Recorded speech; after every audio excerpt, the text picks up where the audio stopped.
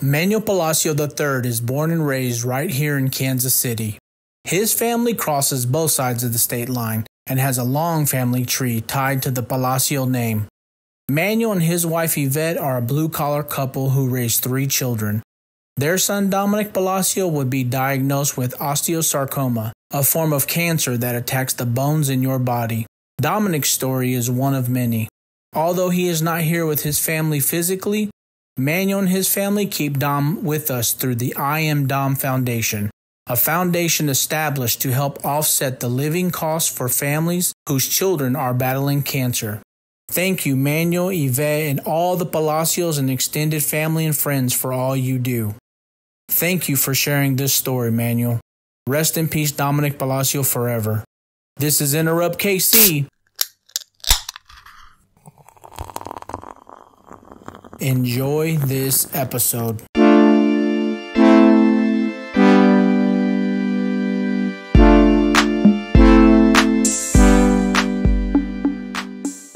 Welcome back to Enterrupt KC, the podcast dedicated to people, places, and things right here in Kansas City. I'm your man, D-Rod. We got JL right here. Yes, sir, and we got Nick over there in the corner, man. Oh, man. Shout out. What is up, D-Rod? Hey, man. Everything's up, man. Everything's up, man. It's a beautiful day today, man. Beautiful. I don't know. I heard some crazy stuff on the news today, man. I don't know. I just want to kind of bring it up real quick. What'd you hear? Well, I brought it up when we had Helen Ortiz Turley. Yeah. You know, I brought it up about the and I'm not trying to be a downer or none of that, man, but they talked about in the city about more people getting hurt by cars. Oh, like vehicular. Yeah. Did you hear that? I haven't. Yeah, man. So I don't know. They're supposed to be reinforcing those cameras. Oh, okay. Onto the streets and trying to check people on that, man. I think they're kind of trying to. I have seen like the cities put in like little divots or little marks in the road to rough the road up, you know, so people quit doing the donuts and stuff. Oh, right. I've seen that like honestly, Southwest Boulevard, there's a ton of them now. Yeah, oh man, they're all over the place. You know, the crazy thing is, and you know, I ain't trying to get too crazy by no means, but you know, people get hurt, man. Yeah, people get hurt, and there's a reason why they're doing that. You guys need to watch out there, man. Take care of yourself. Talk to your kids. You know, I mean, my son, my youngest son, he's a beginner driver. You know what I'm saying? Man, and I always tell him like, hey, you gotta drive and think for you and everybody else around you. It's not just you. I always tell my kids that too, man. You could be the perfect driver, but you got to watch out for everybody else, man. Yeah. You know, so I don't know. I just wanted to kind of bring that up, man. Appreciate that. Our audience, man, let them know that we still care about that, man. We care about your safety because one way or the other, man, it's going to affect somebody here, you know, one way or the other, man, in our audience. Absolutely, man. We normally do this at the end of the show, but I'm going to do it right here at the beginning. Yeah. I'm going to tell people, listen, please follow, like, share, subscribe to Enterrupt KC. And when we say subscribe to our YouTube channel, follow us on Apple Podcasts, Spotify Podcasts, Google Podcasts, all of them. That's the support. You know, like we really appreciate the follows on socials and all those things, all the interactions, all the likes and comments. No Great. doubt. But extra support, following us, subscribing to us on those platforms, watching our episodes, man, that's real support right there. So all you subscribers, really appreciate you. I wanted to do that up front, man, because I always do it at the end, and I'm like, man, I don't know how many people made it to the end of this video. you know? Should we talk about the past weekend for a second? Go ahead, man. Talk about it. Okay, here we go, man. The past weekend, man, we was down on the Fiesta Hispana. Yeah. Right, we had a little pop-up up there, man. Yeah, first one. Man, it was, the first, I'm sure, of many. First of many, man. Well, shit, we got another one coming up on the 28th. Yeah. And because, you know, they're going to see this episode, it'll be actually that coming weekend. Yeah. The 28th, down at the Riverwall with Scribe, Gear, a bunch of just talented graffiti artists down there doing a mural on the Riverwall. Cannot wait to be down there. They're going to be having food trucks there, man. They're going to have DJs performing, man. There's going to be an outside celebration, man. Them guys are painting up a big old mural down there. And if anybody, I think it's open to the public, I'm sure, man. You guys can go down there and check it out. Any of you graffiti heads out there, man, you riders or anybody. And you know there's a lot. Man, they're all out there, man. They are out there. And we'll be there for sure, man. And come on up and chop it up with us again, man. Let's go. Let's go. Yeah, man. But with that, D-Rob, man, I think we need to get right down into interrupting our guest, man. What do you think? Let's do it, man. Man, I talked to this dude a little while ago, man. I mean, I've known him for a long time, man. And I don't know, I was anxious, man. Big family all over, both sides of the state line. Yeah, man. Cannot wait to get into it. He's over there shaking his head like, oh, man. Yeah, we're going to get into it, So let's get into it, man. We're going to interrupt our guest. And by interrupt, D-Rod, we mean introduce our guest. Introduce him, man. None other than the man himself, Mr. Manuel Palacio III. Brother, what is up? Bro, what's up, brother? Another day, bro. Another day, man. Just, hey, thanking the man upstairs. That's what's up, man. That's no doubt, brother. That's what's up. That's what's up, man. Tell me about your hat, bro. Like, I see that hat you're wearing, man. What is the story on that hat, man? That's a dope hat. Well, I'll tell you what. So I had I had an event, and this guy, that I know, a good guy, Steve Anderson. He had got these chopping boards made for me, right? So someone ordered a chopping board, right? So it took a little time to get it. So when he brought the chopping boards to me, he said, "Hey, man, this guy made this for you." So he had the chopping board and then gave me a hat. So I was like, dude, I love it. Man, that's a dope hat, man. So he made it for you. Yeah. Oh, okay. Yeah, Well, I want one. Yeah, just one of one. I mean, he probably can make more, but I don't. I don't know. I haven't got into it. You know what I mean? Right. I mean, we were sitting here talking about hats before we started the episode, and I'm like, I love D-Rod's hat. I love your hat. My hat, you know, everybody sees this hat. You know already what I'm thinking. Like, damn, I need to give me one of those. I know. I'm like, man, you know, like D-Rod said, man, we be running out of hat ideas, man. My wife is like, how many more damn hats do you need? Man. And like, I got a big ass head, so I'm like, gotta be particular which hat I buy. Well, this is that one fit all. You know, it got that snap in the back, so it will fit you. Yeah. I hear you. Man, Manuel, I'm excited about doing this today with you, man, because one thing we did mention, D-Rod, today is the start of Hispanic Heritage Month, man. Yeah. So I think, D-Rod, you know what that is? What's that, And we man? got the man to do it with. Yeah. That is a salute, man. Salute, Manuel. Salute. So hold on. It is Mexican Heritage Month, but you know what else it is? It's his Childhood Cancer Awareness Childhood Cancer Awareness Month. You beat me to it, bro. Yes. Salute. And let me add on top of that, it was just your birthday, brother. Man. Yes, it's just your birthday. You know what that is, Another one? That's a 50th birthday, too, bro. Yes. 50th birthday, bro. Salute to you, man. That's a milestone, brother. That's a milestone, bro. That's a milestone, man. Tell us, man, what did you do for your 50th, bro? I mean, I had a great time. Short R-rated version, bro. No, it was all PG. It was all PG. Okay. I had a little gathering. Yeah. Down in Knuckleheads. It was a good time. You know? Yeah. Knuckleheads is dope, man. I like that. Yeah, it was. It was very surprised that the people that they walked in, they thought we had like this little area. And I was like, no, we got the whole spot. They were walking in, they're like, dude, what the heck? So it was a good time. You know? Shout out. So you could rent out spaces in Knuckleheads, or how's that work? Oh man, they just took it over, bro. I don't even know. Just the Palacios went down there and took that over. I don't know how it came about. I just know they said, hey, Come to Knuckleheads. We're going to do it here. So I was like, okay. But, I had a band. I had the festival band down there. You know, Okay, yeah. They played, and people were loving it. And then I had my little cousin, Ray Garcia. He was my DJ. So, I mean, you guys kicked it, man. Up a little bit, you know? Yeah. And that was when, Saturday? That was Saturday. My birthday was actually on Thursday. Oh, okay. That was a rough day. Yeah. But it was a good time. I had a good time. Birthdays, it's... Man, Manuel, for those that don't know, man, let's talk about your family as a whole, bro. Like, the Palacio family is so big. I mean, I knew several growing up. I know several right now.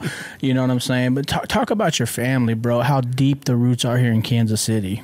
Oh, man, They go back a little ways. You know, my grandma Connie and my Aunt Josie and my Aunt Mary, and there's a lot of us, man. We go back from the west side for a long time. Generations, you know everybody knows everybody. You know, it's was your family like a railroad family, like a lot of the Mexican families there? I don't think so, man. No. I mean, the lineage, I couldn't tell you all that. I just know that we've been around for ever. You know what I mean? No, yeah, that's cool. Yeah. And not to mention cousins, brother. Oh, yeah. Come on, man. You already, I know, man. You already know. For sure. I mean, and if you can't give one a shout out without the other, man. Well, who said that? Carlos Gomez said something like that. He's like, man, I quit giving shout outs because then my one cousin would call me up like, you forgot about me. I'm like, yeah. Well, see, so my family, my mom and dad, you know, I'm actually part of the Veras. Too, okay. So that's the ones in Karn. So that right there that's 14 of them. Yeah, big family. There's 8 of us, and then you know this just goes. It just goes, man. Like holy crap! So that's crazy. So but let's talk about your family specifically now. So you and your wife, right? Yep. Me and my wife. And what? How many? Describe your family real quick for us. So let me tell you about my wife. So what I try to do is I try to get out of the west side and not date into the west side. You know, I was like, you know what? I don't want to date somebody on the west side. Yeah. So I said, let me go to Argentine. Yeah. That's the west side junior. Check me out. Check me out. So she's her single kid. Yeah. You know what I'm saying? So I'm like, all right, bet. Started dating her. She says, you know my dad? I was like, no, I don't know your dad. Who's your dad? She goes, Ruben and Roscoe. I was like, oh. Man, so here I am. And with the bigger family, you know what I mean? But it is what it is. It's all good.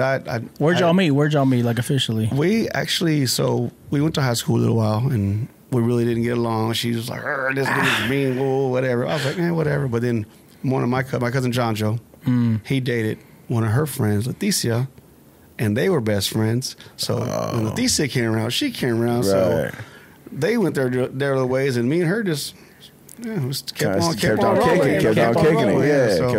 it. Yeah, you know. And then next thing you know, we had my son Steven. You met him. He's my oldest, and then my son Dominic. Yep. And then my daughter Yvette. Nice. 3 children, man. 3 children and 1 grandson. And what's your wife's name? Yvette. Yeah. So your daughter's Yvette too? Mm-hmm. That's how it is, man. That's how it is. I'm digging that. that. You know, it's so her aunt actually named her.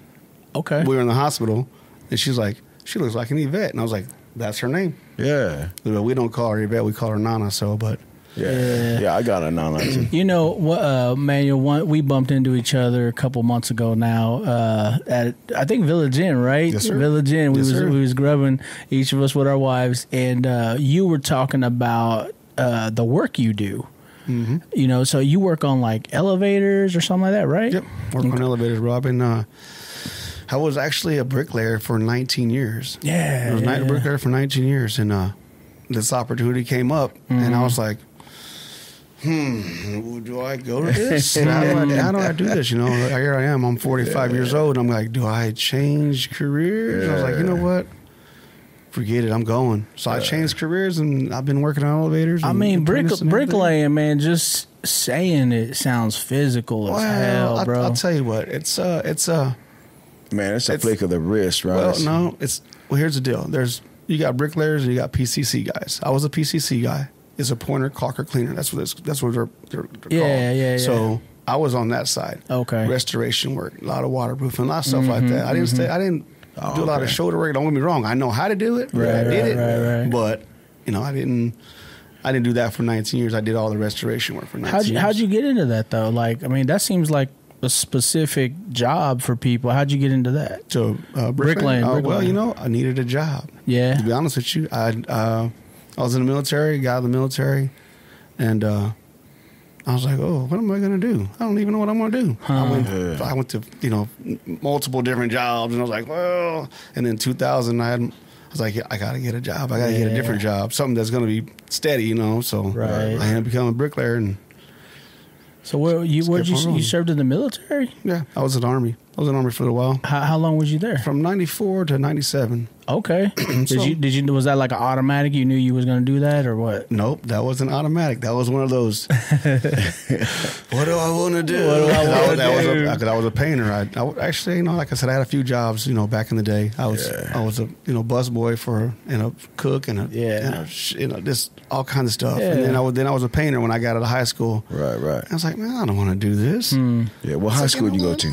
I went to 2 different ones. Actually, I graduated from Southwest High School, though. Okay. I went to Harmon for a little while, because then they said, hey, you're from the West Side, you can't come here.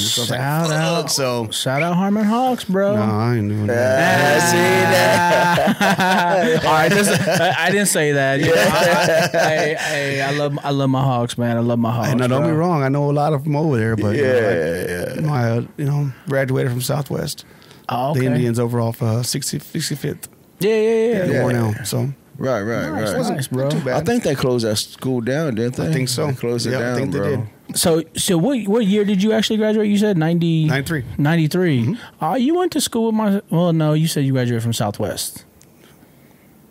Right? Yeah. Okay, yeah. So what does that mean? No. I was going to say, if you graduated from Harmon, that's the year my sister graduated from Harmon. Okay. So he kicked rocks from Harmon. He was in and out of there. I know who she is. You did your time, and you was like, I'm out. I know. It wasn't so much doing my time. They're like, you're retired. You can't come over here. You can't go to school here. So I was like, all right, well, if that's what you say, I'll see you later. No shit. Yeah. Damn, bro. I wanna back up a little bit, man. And we're talking about family, bro. And we talked about the size of your family. And I want to get into your siblings, man. Like, because I know there's so many, bro. I know there are so many. Where do you stand? Where are you at? I am number 2. You're number 2. I'm number 2. Okay. All right. I got one older. Yeah. And that's it. Out of how many, bro? So there's ours. There's ours and us. Yeah. It's a lot. There's a lot of us. There's a lot of us. There's a lot of us. Yeah, I feel that. It's growing up, there was so.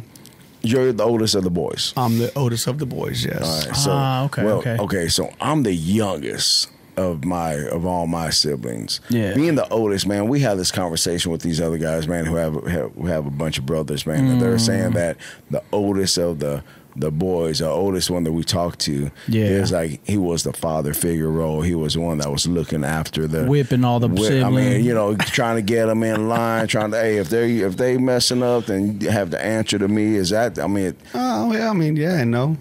You come to a point in your life, you're like, you know what, that's. Even when you're younger, listen or you're not. Yeah, you got to figure it out. You know how you are with kids. You guys have little scuffles. Of course, bro. We all have. And I told myself a long time ago, it had to be when I was in high school. I said, I'm not doing that no more, man. I don't ever know I'm gonna lose my brother, so I'm not gonna do that with them. So I just say, you know what? Hey, let's love each other. Let's be angry at each other. Let's argue, and then we'll get over it. Let's talk about it. Let's move on. If you want to take some advice from me, you can. If you can't, it is what it is. I mean, sometimes they took it in, sometimes they didn't. I mean, that then. Yeah. Well, you know what? That's still big, bro, man. I mean, I'm sure that one way or the other, man, they all took something from that at that time, man. Yeah. And that's a great thing too, bro. That's a great thing too. It ain't all about roughing them up as rough housing and all that, bro. It's and that's hugging them, loving them. Yeah. It's all about love, and I think sometimes that goes a lot more longer ways, man. Yeah. So you graduate, man. You was a painter for a little bit. You jump into the military, bro, for about 3 or 4 years. Sounds like the Army. Why'd you go to the Army, bro? No really reason. Just recruiter was there at the right time, or what? Actually, I went to them. Oh, for real? I said, hey, what I need to do to join? They're like, take this test. I was like, okay. You passed. I was like, okay, now what? Come on, let's go. I was like, where am I going? So where did you go, bro? So the crazy part about it is I actually joined in September 22nd of 94. Okay. No, I joined. I'm lying. That's when I left. I left in September 24 or 94. Okay. But I joined in like July. Took the test, did everything I do, and then they were like, "Oh, okay, well, come on, let's go." And they was like, "Go to Fort Leonard Wood." I was like, okay. Yeah. Then from there, I went to Aberdeen, Maryland Aberdeen, Maryland, the proving grounds. Went there, right. And then from there, I was stationed in Colorado Springs. Beautiful place. If you ain't ever been there, Colorado Springs. I was there. I have been there. I was there my whole tour, man. I was stateside. I was my stateside residency, and I loved every part of it. Is that the one it's in the mountain? It's not in the mountains. It's right at the base of NORAD. Oh, okay. You know where NORAD is? It was right at the base. So you walk up, you wake up every morning, you got this big old mountain in front of you going, oh, hey, this is nice. I remember being up there one time, J.O., man, and we was up there working, and a helicopter or something, it disappeared. Alien, man. It disappeared in the mountain, bro. It disappeared in the mountain, right? Yeah. Like they go inside. It looks like a cave in there. Oh yeah. Shit opened up. We're like, that motherfucker just disappeared. So I'll tell you what. I was up there. I had just got there. I may have been there. It was in March whenever I got there. Yeah. And it was, I wasn't in my permanent barracks yet, so it was nice. It was 90 degrees. Yeah. I swear, it was 90 degrees on a Sunday. Right. And they're like, we're gonna get 12 inches of snow. I'm looking at the sky like they're crazy. There's no way. It's too nice for that. Yes. I walk outside the next day in my PT shorts ready to go. I was like, what the hell? They're dumping. Bro. I mean, like you couldn't even see. But you know what? Man. We still had to go up there and do the VT. Come on, you still had to do that. Dude, can't control them conditions. Oh yeah, it was crazy. I was like, yeah, you say it's gonna snow? I believe you. That's all preparation, man. It's all preparation. Well, it was. Man, you saying 94, D-Rod, it made me think like, I don't know if you ever seen that Back to the Future meme where they're like, in 1985 when this movie was made and they said in 30 years it was 1955. And I'm like, damn, we in 2024. That's 1994. Shit, man, we getting up there. That's cool, man. That's cool. And that's why I'm blessed that I could be 50 years old today. Yes, because sir. It's like, man, thank you. Yeah, no doubt, man. I was. They were singing "Happy Birthday" to me on Saturday, and I was like, thank you. Said my little prayer. I was like, thank you. So it's all a blessing, brother. It's all a blessing, definitely. Man. And I mean, just to shed some, my opinion on that, man. I really came to terms with really loving birthdays. Not just mine, but everybody's, bro. Everybody's. Especially, after the pandemic and all that shit happened, right? And, everybody takes life for granted. And at one point, right, like I used to be like, it's just another day type of shit, right? Man. No, my mind changed on that, man. Like, I love it. I love it when people have it. And let's celebrate, man. Another year, man. I usually like to celebrate just with the family, just my family, my wife, kids. They're like, my wife likes to make a big deal. Like, don't make a big deal of it. They just hang out. Yeah. She wanted to take me out to dinner for my birthday. I was like, no, just let's stay at the house and make my favorite meal. Yeah, that's what happens with me too. But for my wife, nah, man, she went to go on trips, bro. She wants me to take her everywhere. Yeah, bro, my birthday is right next to Christmas, so I've been getting the short end of the stick since I can remember. Man. When I was younger, it was like, well, it's Christmas. I'm sorry. Here's your birthday Christmas gift. And then as I got older, it was like, I want to kick it for my birthday, And it's like, we got a Christmas party we got to go to. We got this. It's like, damn, man, I've been getting the shortest. Anyway, we're going to do something special. One day we're going to do something special for you. But go ahead, bro. So let me tell you, every time I'm with someone, like you guys right now or whoever, they say, let's drink a shot. Yeah. I always tell them, happy birthday. Hey. You know why, don't you? Yeah. Why? Because it's somebody's birthday today. It is. Oh, right. Happy birthday. Happy birthday to them today. I don't know whose birthday it is today, but happy birthday. Happy birthday. We wishing y'all a happy birthday right now. Happy birthday, for real. Yeah, man. And everybody asks, why do you always say that? I'm like, somebody's birthday. I don't know whose it is, but hey. And you know what? It's probably somebody you know, too. Probably. Bro, it's all, come on, man. Family. Probably. Me and D-Rod used to have this thing where we would get to having drinks on a certain day of the week, and I remember plenty of times people would be like, what are y'all celebrating? We're like, it's Friday somewhere, we would say that all the time, right? Yeah. We would always say that, bro. Yeah, that's, I love that shit, man. I love that shit. Yeah, man, no doubt. So, talk to us, man, about your elevator. What is that? What does that look like, man? What made you really transition? Chefs? I'm in all of it. Yeah, as a matter of fact, I'm working in Topeka right now on a mod. So they got mod, they got service, they got repair, they got all this. You got to get certified to do all that. Oh yeah, you got to go to school, man. It's And I'll tell you what, I was, you got to go to school. You got to go to school one night a week for 18 weeks. Ooh. Yeah, that's how long. Like 4 hours, 3 hours, something? Yeah, you go from 5 o'clock to 9. Oh. Yeah, depending on what day of the week is. You got Monday, Tuesday, Wednesday. That's when you go. And you were there for your 4 hours, and you go home, and you got homework, and you got tests. And I'm just like, oh, my God. You know, I got into this stuff, and I was going, I don't know if my old brain can do this. It's like, dude, because you got to start to redo math. You got to, you got to learn circuitry. You got to learn this all kinds of stuff, man. It's Bro, I imagine that working in that, especially now, the last 10 years, bro. Come on, man. It's been stupid, crazy busy. With all the new, everything going up, man. I'll tell you what, there's just so many elevators out there and so many different components and so many different so many different brands, you know what I mean? Because they're constantly changing. And you got to know them. Even the old ones, you got to update them, right? You got to update them. That's where your mod comes in, and you can't get parts, and you can't do this. You got to, you got to retro stuff, and you're like, oh man, how does this work? Yeah, crisscross some part numbers and serial numbers, man. It's an interesting trade, man. It's very interesting. It's fun. Yeah. At the same time. Really? Oh yeah. It's fun because you get to do things and go places that people can't go. They don't see it. They don't see it. You go and you go in the police station. You go in back in the freaking T-Mobile arena down there. You go play. You're like, where we going? Man, I went to St. Louis 2, 3, 4 months ago, something like that. Yeah. And the arch is just one big ass elevator. Mm-hmm. Oh yeah, it just goes from one side to the other, kind of, or to the top or whatever, and come back down. Yeah.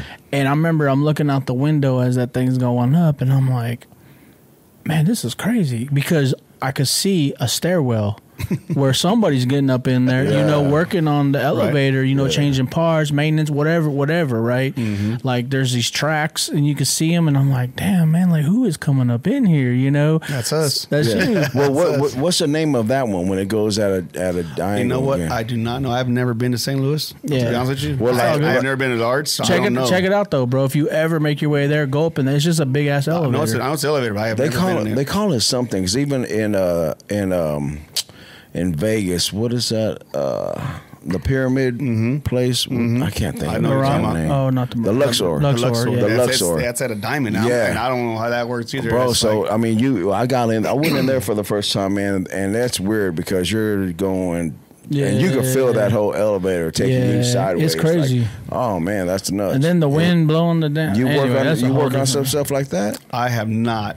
I've been here locally in Kanas City, man. The furthest I've been working out is to Galena, Missouri. Yeah. Where the hell is that?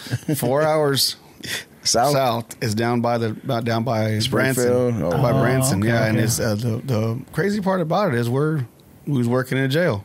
Jail's got them elevators. Oh yeah, they got a transport upstairs, downstairs. So you're in there, you're going, hey, can I get this door open? Hey, can I? You couldn't. They had you locked. No, it wasn't. They had push buttons, but they had you locked in there. You couldn't move nowhere. You just that buzz you in and out. Yep, and then you get locked in the stairwell. You're like, how the hell are we gonna get out of here? So it was a good time. I was talking to him. Yeah. And Galena, it's a nice place. Was there inmates in there while you were doing it too? Yes. Man. So Galena holds 135 inmates. There was 122 inmates in Galena. Almost capacity. Almost capacity. Which, like I said, you go to the town, you're like, there's nothing there. Nothing there. They got a little square and a couple of restaurants. You're going, what is this place? You know what's crazy, man? So just real quick story. So when I was in high school, most high schoolers, when we was coming up, we needed a summer job, right? Mm-hmm. And my dad had this friend, and he was working for like a temp agency, and he tells my dad, like, hey, yo, man, if your son needs a job, like, I'll get him a job. And he's like, all right. And I told my dad, like, yeah, man, I want to get a job, whatever. This dude gets us a job, me and my brother, at a halfway house. Oh. Doing maintenance. Oh yeah. Like and so first day on the job. How old were you? Man, we was like 16, 15, 16. Man, I shit you not, bro. And this is right there, the one right. I don't even know if it's still there. It's the one right there off 71 Highway. It's still there. Is it still there? Yep, it's still right under the bridge. Right next to the bridge. Right next to the bridge, bro. I know there's two of them now. So yeah, there's two. Is there two now? I mean, I know there used to be one. Well, they had like a sister brother home. It was like that one, and there was one further on the east side. Right. And I remember first day walking in. This is crazy, bro. I remember first day walking in. We walk in, and I'm like, what in the hell is this place, you know? Yeah. And the manager dude is like, listen, any work y'all do, you better account for every single tool you leave because they has to come right back. And we're like, all right, lock. If you go in a room, lock the door. You know, shit like that. And I'm like, dude, we're like 15, 16 years old doing this shit, bro. That sounds about right. That sounds about right. I mean, any place. I mean, we got a lot of places like that you go into and you're like, what is this? And you're just looking around like... you just shake your head and you go do your job. You know, do your job and get out. I'll tell you what. I was working on one. I was doing service on one day, and dude was just banging on the door. Or it was a chick. We clearly had signs all the way up on every floor, elevator out. She's banging on the door. So I creep down to where she's at because I can run from inside and I'll go, hey, stop banging on the door. But I opened the door up as I was saying. She jumped back. She's like, I'm sorry. I said, stop. I'm working in here. Stop banging on it. So then here I go again. Someone on another floor banging on the door. I'm going, man. So here I go again. I go up there. I pop the door, but I fling the door up this time. He's banging hard. Yeah. I said, stop banging on the door. And the chick at the counter goes, you can't read? There's a sign right there that says that the elevator's out of commission. Yeah. He looks at me and he jumps back like, holy crap, where'd this dude come from? Like, I'm working. Man, we're working. Yeah. Golly. I mean, you come across that stuff, you're just going. Right. You just got to shake your head sometimes to keep on going, you know? Yeah, I imagine that probably happens a lot more. Oh, yeah, it does. It just, you know, like I said, you guys won't see it because. Yeah. But we see it. Like, so, bro. We know you're doing that work. Which, by the way, I had to ask you this, not to put you on the spot, but when I am bald. Nah. Actually, I was gonna ask you why you shaved your goatee because, man, I saw you. You could answer that. Go ahead. So let me tell you why I shaved. So I shaved my goatee because I'm part of color guard. So okay. I'm like, you know what? To me, it's like a uniform. So therefore, I respect the uniform. Yeah. And I shaved up to do that. You know. Right. So we actually had a funeral that we did. Ben Centillion. Okay. We did a color guard for him, and Ben Centillion. Yeah, he just passed away last Thursday. Well, his funeral was last Thursday. I'm not sure when he passed away, but so I was part of that. Rest in paradise, man. Yeah, his funeral. Family. You know, and then this weekend, the 20th, we'll be doing color guard at the Royals game. So, whoa, hold on. They called you to get into they called us and said, hey, can you guys do the Royals game? So there we are. Hispanic Heritage Month? Yeah, I believe so, yeah. Post 213. That's what we're part Eagles, of. So we shout out, man. Yeah, most definitely, yeah. Shout out Eagles Nest, man. Like, man, there's a lot of folks down there watching. Oh, there's a lot of people that go down there, and you know, we need some recruits. We need some more young recruits, older recruits. Color guard with us. Come on, let's go. Yeah, man. Yeah. How'd you come across that? They just ask you? Or well, yeah. How long you been doing it, bro? Let's see. I've been doing it for a few years now. You know Christina Beatrice? Yeah. Mm-hmm. Well, she looks at me, she says, well, I was at the Nest one night, and she's like, hey. I was like, what? She says, you want to be part of color guard? I go, sure. Is that something like you learn automatically in the military or what? Like, how does that work? You learn how to march. You learn how to do all that stuff. Yeah. You learn how to, do stuff like that, but it's not a hard job. It's not really hard. Right. You're just in college, just practicing and stuff like that, Right. You don't know commands and, hey, this is what you do. That's it. Okay. Not too bad. So what's your actual responsibility in the color guard? There's multiples, you know what I'm saying? Because I can be holding a rifle. I can be holding the flag. I can be holding a 213 flag, I can be holding a Missouri flag. It's just... Yeah, just whatever. Just whatever we need, Wherever position they need me at, that's where I'm at that day. No. That's dope, bro. Yeah, I mean, thank you for your service, man. For real, salute for that. Thank you. What is there? Who else does it that we know, or you know some Buddy that picked up, or people that retire from doing that? Is that something that like some old heads might not do no more? So as it was the crazy part about it, I didn't know it until I was listening to some of their liturgy about Ben, but he was part of the color guard. Oh, really? I don't know who was in there before, right? You know, but there's a couple guys in there, like Mike Caroga's in there, Chris Grado. Yeah, shout out Chris. Danny Gomez. Danny Gomez? Yeah, Danny Gomez. Okay. There's a couple guys in there, you know, like I said, just like you guys might know. So Yeah. Shout out all those dudes, man. Yeah, man. Color guard, they gonna be out there at the Royal Stadium? Yes, sir. Do you know who's going to be there with you? I do not know. I'll know on Thursday though. Who's going to be all around? How like what's that commitment? Like is it like a certain amount of times a year? Any time you get requested? Like what does that look like? Well, it just depends. Like sometimes, you know, everybody's schedule is different. Yeah. So everybody I can't commit to every time. So like I said, they wanted some people there on Thursday.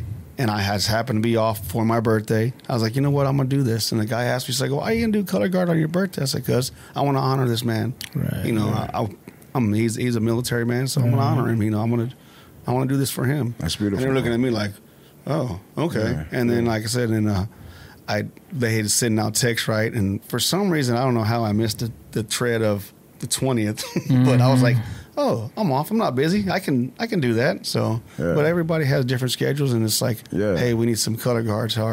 That's why we're trying to get a recruitment up. So everybody needs to tell them all. Get on down there, man. I'm looking at you guys. Yeah, I'm looking at you guys. Exactly. 213. Come on down, military. Let's go. Come down. Let's go. Yes. Do you ever do like funerals where they do like the rifle? As a matter of fact, that's what we did for Ben. That's what you did for Ben, and then folding the flag and everything. I have not floated the flag yet personally, but as far as I did that, and I've been to one where we was, you know, in front of the casket and stuff like that. Yeah, so I think, man, that's a beautiful way to honor people who serve, man. For real, no doubt. It is very beautiful. I love to watch it, you know, and just to be a part of it, you know, it fills the heart for real. Yeah, man. Yeah, no doubt, man. I was at one last year, 2 years ago, and it was beautiful, man, to see how they honored that vet, man. You and your wife, though, bro, I wanted to ask you about this. So you and your wife, y'all got married right out the military? Well, before the military? No. What'd that look like, man? No. She made you wait? Well, no, I made her wait. There it is. Yvette, don't take that, Yvette. That's okay. She knows. She'll tell you. She about to kick down this door and be like, what? No, so, you know, she we got married in 2005. That's when we got married, in 2005. And, she says, I'm not going to marry you. Oh, no, she's like, I want to get married before my grandpa passes away. And I go, okay. I looked at her. Okay. Yeah. So I was like, well, what do I do now? Yeah. Then next year we are. Yeah. You know, 10 years later. Yeah. That's beautiful, man. That's beautiful. Yeah, man. I mean, because y'all met when you guys was young. It sounded like, right? I mean, did you say you met in high school? Or? I met her in high school, yeah. Wow. Yeah, I met her in high school, and then I went to the military, and, you know, some women go different ways. Some people stay, some people don't. Yeah. She stayed around, and, you know, as a matter of fact, it was right before I went to the military. She says, hey. I was like, what? She's like, I'm pregnant. I was like, oh. What do you want to do? You know what I mean? I was like, I you know, as a woman, I respect a woman's thought on what they want to do. I can't tell you to do anything, you know what I mean? Yeah. She's like, well, we're having a kid. I was like, okay. And then, you know, I was in 95. Son's birthday is 1/25/95. And then here we go. 18 months later, have another one. 9/6/96. I was like, man. So I had two while I was in the military. Yeah. But it's all right, though. I mean, it's all good. That was those little vacations. Yeah, that was those. That was the weekend stay. That was the week. That was the month. Every month I would come home. Man. Yeah, it's all good. You know, I'm glad I had them young. That way I can still run around with them. You know, I don't know what to do if I had a 12-year-old or a 10-year-old or a 2-year-old. I'm going, I'm gonna go crazy. I love the people that do that. I could never. Man, having a kid right now, man. Nah, I want to talk about your military, man. You say you were gone all the time. Yep, I was. You deploy? You go somewhere to? Yeah, I was. So when I first got to, sorry, that's all right, bro. Just a little dry from the weekend. You need a refill? Turning 50. You need a refill? Probably some ice. Oh yeah, but we'll get you some ice. So whenever I joined in '94, I went to basic. I was in Missouri. Then, like I said, I went to Maryland, and then I went to Colorado. Okay. So I was in there hanging out for Colorado for about a month, and they're like, "Hey, let's go down Range Carson." So we went down Range Carson. Yeah. You know. So then we came back. And like, "Hey, let's go down Range freaking California." Okay. So we went down Range California. Just like a month, you know. So then it was like came back. They're like, "Hey, let's go back down Range Carson." I'm like, "Okay." So we went back down Range Carson. And they were like, "Hey, let's go up to Canada." Okay. So we went to Canada. I was like, "Holy crap." Came back. They're like, "Hey." You didn't go to Canada during the winter time, did you? It was actually because it's cold up there. When did we go? It was hella cold. It was in September when we went. Oh man, it was already snowing up there. Let me tell you, I remember it was September. Yeah. Because I was we're out there, we get there, and it was around my birthday. And I walk outside midnight for my birthday, 21st birthday, and I look up at the stars, and wow, I'm 21 years old. I'm standing in the middle of Canada. So I got all this fresh trees and all this fresh pine and everything. Yeah. It was beautiful. It was beautiful. I was like, man, love it. Yeah. I was like, you know, I'd ask people all the time, what you got to do for your 21st? Well, I don't know. Like, here's what I did. They're like, for real? I was like, yeah. So I did that, and then, like I said, Canada. Oh, it was beautiful. You was breathing that freshest air you ever breathed, bro. And so it was funny. So that the next that day, the morning, we get up and we're riding around. I'm like, man, we ain't seen no mooses or nothing since we've been up here. And we're driving down this road in a truck. And sure enough, there's a moose running side by side with his no shit. It was, I mean, when I say big, I was like, holy. Those things are giant, man. And they're aggressive. They just kept on running with you. They just kept running with us. Yeah, I didn't have antlers yet, but it was huge. It was a baby. It was still giant, It was still giant. Yeah, man. So let's see. They had a little ditch. The little ditch probably about 5 foot, and we were still eye to eye with this moose running down the road. So, and then, like I said, if we came back from there, you're like, oh, yeah, we're going to go back down Range Carson. So we went back down Range Carson. And then we came back. They're like, pack your bags. We were going to Kuwait. So I ended up going to Kuwait for a little while. And I was like, oh, my gosh. Yeah. During Desert Storm. It was peacetime over there, so we didn't see too much. So nothing hot. Nothing hot, nothing heavy. We just kind of... People was pretty chill with you? For the foremost, you know, there wasn't really too much going on there. So then we came back there, and then I was in Carson until I got out. So wow, but it was a lot of. You traveled a lot, bro. Oh yeah, in 3 or 4 years. I mean, you traveled a lot. It didn't seem like it, but you're downrange. Did that play into you not like staying in there? Or you just like, nah, I can't be doing this. No, I just want to be home. My kids. Yeah, you know, I had to be home. They're young, man. They're new babies, man. Yeah, they were still little. They were still little guys. So I was like, you know what, I'm gonna go spend some time with them. Yeah. So I thought you was gonna say, Yvette told me, you ain't making me wait no more. No, you better get home here now, bro. No. And then, like I said, I had that one, them two, and then in '99 I had my daughter. So 11/29/99. I always think, man, my kids got birthdays of freaking prices on clothes or something. Like, what the hell? That was before the current inflation, bro. Yes, come on, man. So, I mean, at least I can remember their birthdays. You know what I mean? Some kind of, I don't know, man. Do you remember everybody's birthday? So as far as my brothers and sisters, yeah, because I don't remember. I'm telling you, I don't remember none of mine. I got a lot of them down, and I remember a lot of them. Yeah. But you go to their kids, I'll be going, oh yeah, Joe, I don't even know. I mean, there's not including my 3 kids. There's 37. Wow, 37. Yeah, I mean, I might even be off a couple numbers, but that's I'm just. Nieces. You sure you're not off a comma, bro? Well, I just got a niece. My youngest niece is Kalila. She's 1. She just turned. Wait, she 1? I don't even know if she's 1 yet. See, I don't even know when her birthday is at, but it's still like, I think about it like, you know, that it's hard enough to try to remember siblings, bro. Yeah, well, that didn't include my great nieces and nephews, so it's like, oh, man. Forget about it. I can't do none of that, bro. I can't do that. I can't do it. I'll be going, I don't even know. Yeah. So your children are born, Manuel, and I remember, man, you know, we all do, right, D-Ryder? Like when your children are born, like you said, you was in the military, you're like, hey, I gotta be home, man. You remember your first like fatherly instinct whenever you saw your children? Like at a young age getting born, you know, things like that? I didn't get to see I didn't get to see Stephen born because you were gone. Because I was gone. Yeah. I was actually in Maryland, so I didn't get to see him be born. But the crazy part about it, so I'm in training, right?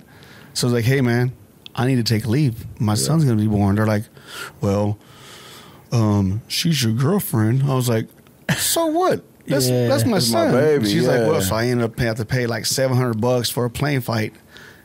They wouldn't fly you back? No, so I had to get on a plane, go down there, see my son. They get to see him be born, get to hold him, and then it was maybe a day, 2 days, and then it wasn't very, because like I said, I was still in training, so get back up there, and then my son Dominic, when he was born, it was crazy because I came home in August, right? Okay. And we went to a dance, little baile, we was kicking it, blah, blah, blah. Right. And they called me and they're like, your son's born. I'm going, what the hell are you talking about? My son's born. They're like, yeah, your son's born. I was going, I just seen Yvette in August. Right. We was just dancing. What are you talking about? She covered it well. I don't know how she did, but she didn't know, I don't think. But it was crazy. So I took a 10-hour, I got up, went to work that morning. When I got off work, for the military, I drove 10 hours just to hold him. So he was born, and then I got there just in time just to hold him. So the next morning getting up, and then my daughter, I got to see her be born, and it was like, what the? I was like, oh hell no!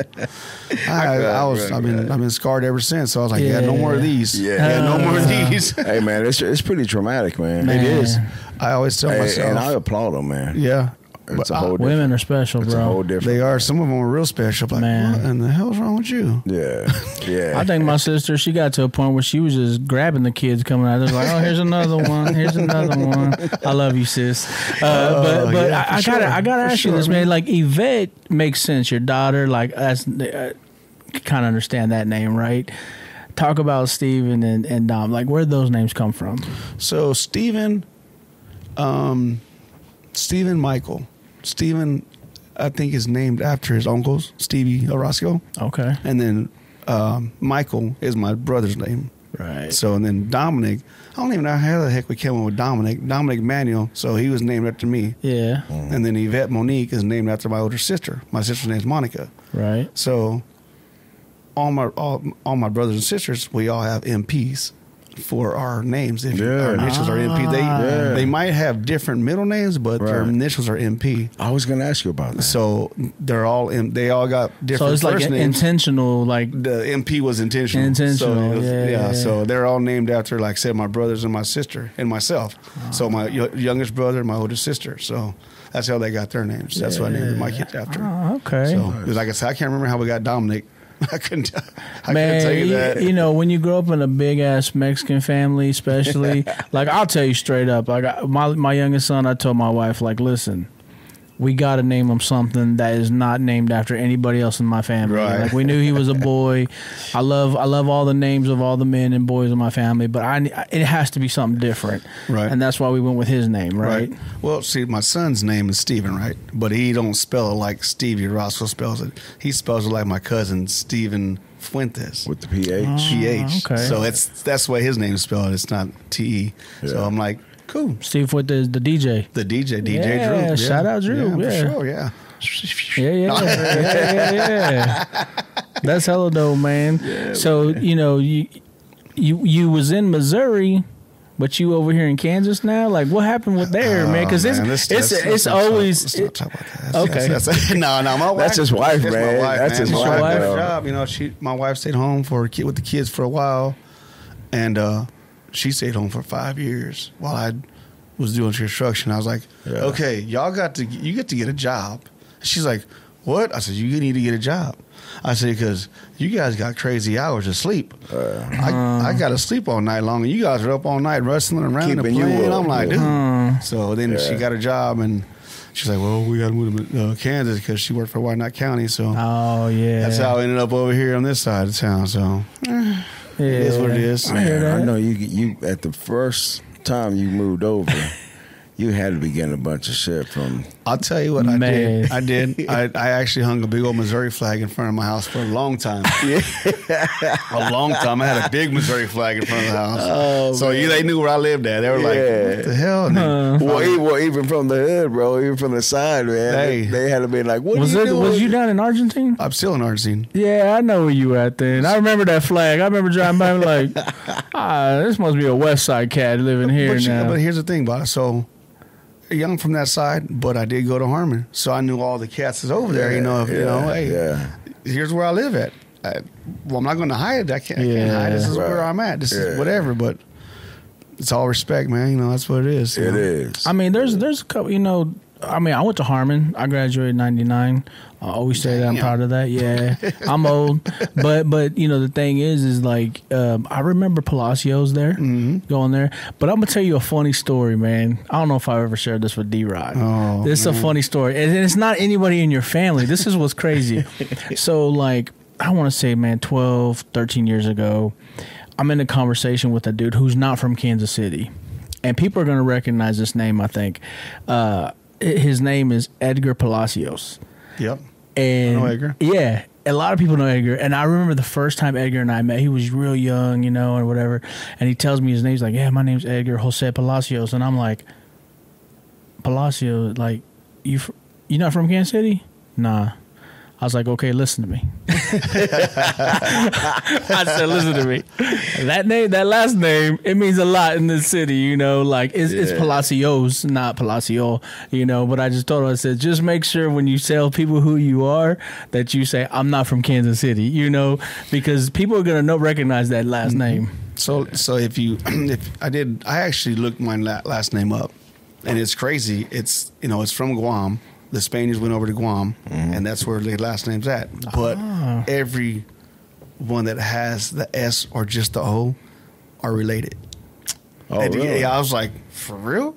I just there's no way. I just kept going back, and bam, bam. I was like, holy crap. Shit. So it's I was like, so we're all related in some way. Yeah. But how? I don't know. I don't know whenever the S came along, but I feel that way about my shit because like Leon and De Leon, people always think it's De Leon. Yeah. De Leon. I'm like, no, it's Leon, I feel like there was a connection there somewhere along the way. Man, we all cousins, man. We all cousins. and that's why I try to date outside of the West Side. Hard, bro. I was like, dude, I need someone that's not, because I was like, especially in your family, it's hard, bro. Well, I know so I was like, I'm like, oh man, I'm cool. We talked about this before, right, D-Rod? Like, we talked about this before, man. You're like, man, when your kids start dating, you're like, what's their last name? Yeah, I most definitely did that. I most definitely had to check. Hey, who you dating? Yeah. Let me make sure you ain't dating your cousin. What's her mom and daddy's name? Let me see who they are. We got a big family here. What's that last name? Last name, man?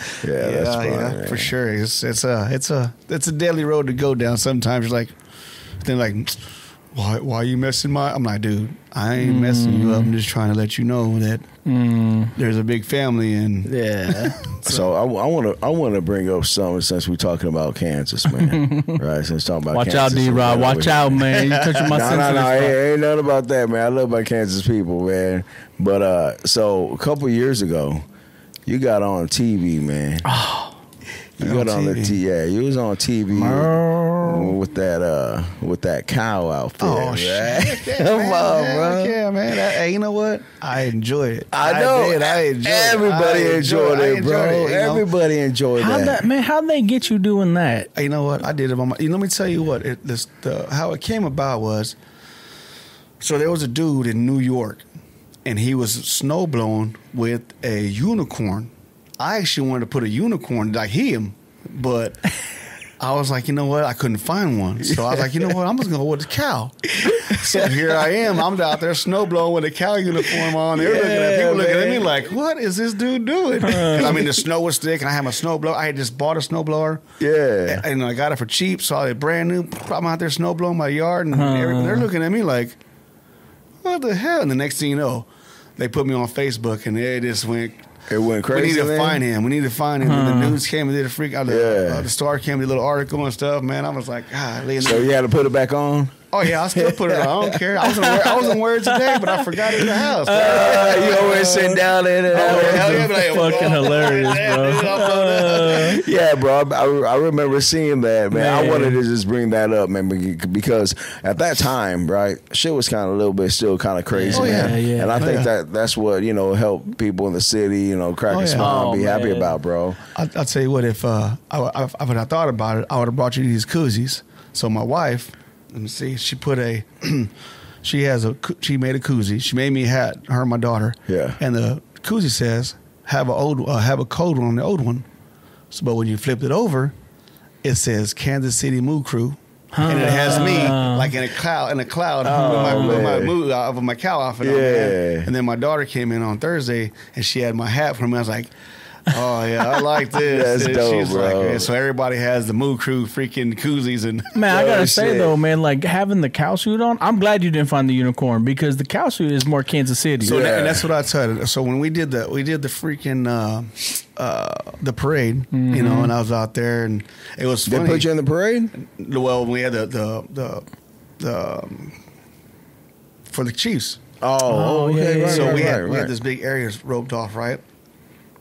And I'm in there, right? And I'm in front. I'm in the front of the gate and everything. And people's looking at me like, "Hey, man, how do we join the herd?" I'm going, "What? What do you mean? How you join the herd?" They're like, "Is Chick-fil-A sponsor this?" And I go, "I can't give that information out. I don't even know." Yeah. But there was these two ladies like, "How do we get in there? How can we join?" I was like.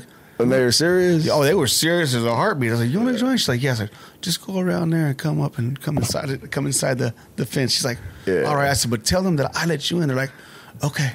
But it was just funny, man. I was like, that's hilarious, bro. You never know what you're gonna find, man, doing some shit like that, right? I enjoy and that's all good, man. I enjoy putting it on. I have a good time. I told my wife I need to go to Chick-fil-A and then have me snow blowing in front of their building so I can get Chick-fil-A for free. She's like, "You crazy?" I was like, "Oh, whatever." That's hilarious. Yeah, bro. Man, no doubt, man. Nah, I mean that's great because I mean, like, I'll be real honest, bro. I didn't see it at the time. It took a while for me to actually see that, and I was like, "This dude is wild!" Like automatically, I saw when it happened. I was like, "Man, oh shit, bro!" It went. So that was cool, man. What was the name of that thing? Article. It was like a celebrity email type thing, and it was crazy. People were sending me like, look at this. It's like this goes all over the place. I was like, what? And then like a dude, he's watching TV. He's like, "Bro, did you know you was on national news?" I was like, "What?" That's what I was gonna ask you. National. He's like, "You were on national news," because he said he's sitting there watching the national news, and I came on, and he was looking at me like, "I know that dude." Yeah, I was cracking up. So. I bet you there's a lot of people thinking that. I was laughing. I was like, "Yeah, well, I enjoy putting it on." Hell yeah, bro. Hell make yeah. Make people smile, man. That's what it's about. Man. Make them smile. That's what it's about, man. No Manuel, man, we have to get into, man, your boy, man, Dominic Palacio, man. First of all, man, may he rest in peace forever, man. You know what I mean? Yes. I think we want to start off by saying, you guys have done an incredible job keeping his memory alive and making an impact, But talk about Dominic, man. Describe Dominic for us. And how many words? However many words it takes, bro. Dominic, is, because I'll never use him as past tense. He's still my son, regardless of however. Yeah, brother. He'll be 28. He'll be 29 he'll be 28 this year. As a matter of fact, he just turned 28, September 6th. Okay. So, happy late birthday, Yeah, he man. just turned 26. So So it's like a. But yeah, he was a good guy. He was a avid basketball player. Yeah. He loved the big smile, slobbered all the time. Like, dude, you need to clean your face. Because it starts smiling, it starts slobbering, and he was a good guy, man. He loved having to hang out with his friends. Quick story about him. He the way he was a basketball player, avid basketball player. Right. Played AAU ball, high school. Elementary ball or middle school ball for a holy name. Yeah, started young. Oh yeah, so his career started pretty early. Yeah. He tried baseball. He was good at fielding. Yeah, but that little ball came in and next to that plate, he's like, can't hit. I'm not doing this. Yeah. So I was like, okay, I'm not gonna force you to do it. Right. So then he got into football. He was good at tackling until he got tackled. He came off the field taking his pads off. It's like, no, I'm done with this too. Yeah, no. Not for me, Dad. So he's like, okay, well, let's play ball. So I was like, okay. And then after that, it was like, oh boy, we was jamming. He played for Alfie Munoz for the Kings. Him and my cousin Mike Hernandez. They were the coaches. What position, bro? He was actually the center. Oh. He was a big boy. Dominic was a tall guy. He was a big boy. Okay. He was a little heavy, but he was tall. Yeah. When he started playing, we'd be out in the front yard and playing him and playing his friends and having a good time. And then he freaking one day he was playing ball. We went to a tournament, and I was watching him play. And he's playing. He's just intentionally just throwing balls. Oh, bro, yeah, he was out within the first 3 minutes. Oh man! I was like, he fouled out. Yeah, I was like. Yeah. I'm sitting in the bleachers. I'm like, dude, I paid to watch you do this. Yeah. I was so mad. Yeah. I watched the rest of the game. And he got done. I go, pointing like that. I was like, come here. Mm-hmm. Yeah. And he walks up and he's just like, I said, hey, man, we can go home right now. Mm-hmm. He goes, what? I said, we can leave right now. Yeah. I said, because I did not come to watch these other kids play. I came to watch you play. Yeah. I paid for you to play, not for them. He's like, but Dad, I said, I don't want to hear what they're doing. I want you to get the ball. I want you to take the ball back up. Do everything you can. Yeah. So he goes, all right. So that next game, you talking about a beast. He switched he it. beast it out. Yeah, he beast it out. And, it was funny because he, like I said, I'd be out on the court with him playing whatever. He's like, you know what, Dad? He says, when I'm out here on this court, he says, you're the only voice that I can hear. Wow. Ain't that something, bro? I was like, what? He's like, Dad, I can't. I'm listening to my coaches. I'm not telling you. I always tell him, don't listen to your coaches. He's like, I am. He says, but whenever we start playing, I can't hear them. I can hear you telling you, hey, box out. So I can just hear you. I was like, oh, wow. I was like, you got good hearing. That voice, can't hear nothing. It's just that voice, man. He heard your voice, his whole life, man. His whole life, yeah. He's he was stands out. He was a avid basketball player, and so he passed away October 20th, 2011, from osteosarcoma. Osteosarcoma is a bone cancer. They have a couple of them. The other one's called unisarcoma, and it's you have to. Yet the parents have to get a tap and figure out where it came from, what side. Osteosarcoma is like, you got your bad cell, and your bad cell just took over the whole everything. Your muscle and everything. So all your bones. What does it attack? It attacks your muscles, attacking your bone. Oh, it attacks your bones. It's bone cancer. So the way we found out he had it was, so I went on a trip, and he had. There he was, playing basketball. Right. But I noticed before that his leg was like, he looked like he worked out. I mean, like it swole? No, like it was muscular. Like that thing was like, I'm like, what are you doing? Just one leg. Just one leg. It was just like, defined. Yeah. You're like, he'd been working out for years. That's how defined it was. Well, he ended up playing these games. I think he had like 4 or 5 games that weekend. He played all weekend. And Didn't bother him at all? It bothered him because he always walked with the limp. And I noticed the limp. And I was asking him, you all right? He's like, yeah, Dad, I'm fine. I said, you sure? Because you got a little limp. I can see when you run. I can see when you walk. He's like, no, I'm fine. So I was like, all right. Never paid no attention to it because, might have hurt himself or growing pain or something. So I didn't. So, all right. So then he played these games. And then I went out of town, like I said. And he couldn't get out of bed. He couldn't put no pressure on his leg, no nothing. So when my wife got him to the hospital, they automatically came in and she said a team of doctors bam, just rushed him we need to get you in here now. Right. So how old was he, Manuel? Whenever he got diagnosed, how old was 12. he? 12. Okay. Yeah, he was 12. Okay. So he battled for a few years, but he, like I said, it was the crazy part. So they wanted him to do kemo. Right. Mm-hmm. They wanted to do but he's like, no, I don't want to do it this week. I looked at him and was like, what you mean you don't want to do it this week? He said, I want to wait till after my uncle Lucas's marriage. So he had to go to his uncle's wedding before he would do the chemo. Wow. I mean, just for him to think like that. Yeah, he's like, I want to be here. I'm like, let's get you fixed, son. He's like, no, I want to do this. Family is important to him. Like I always take care of my kids. Family is important. These kids, my wife, they're here. I'm with them. Yeah. I always support them, take care of whatever. Yeah.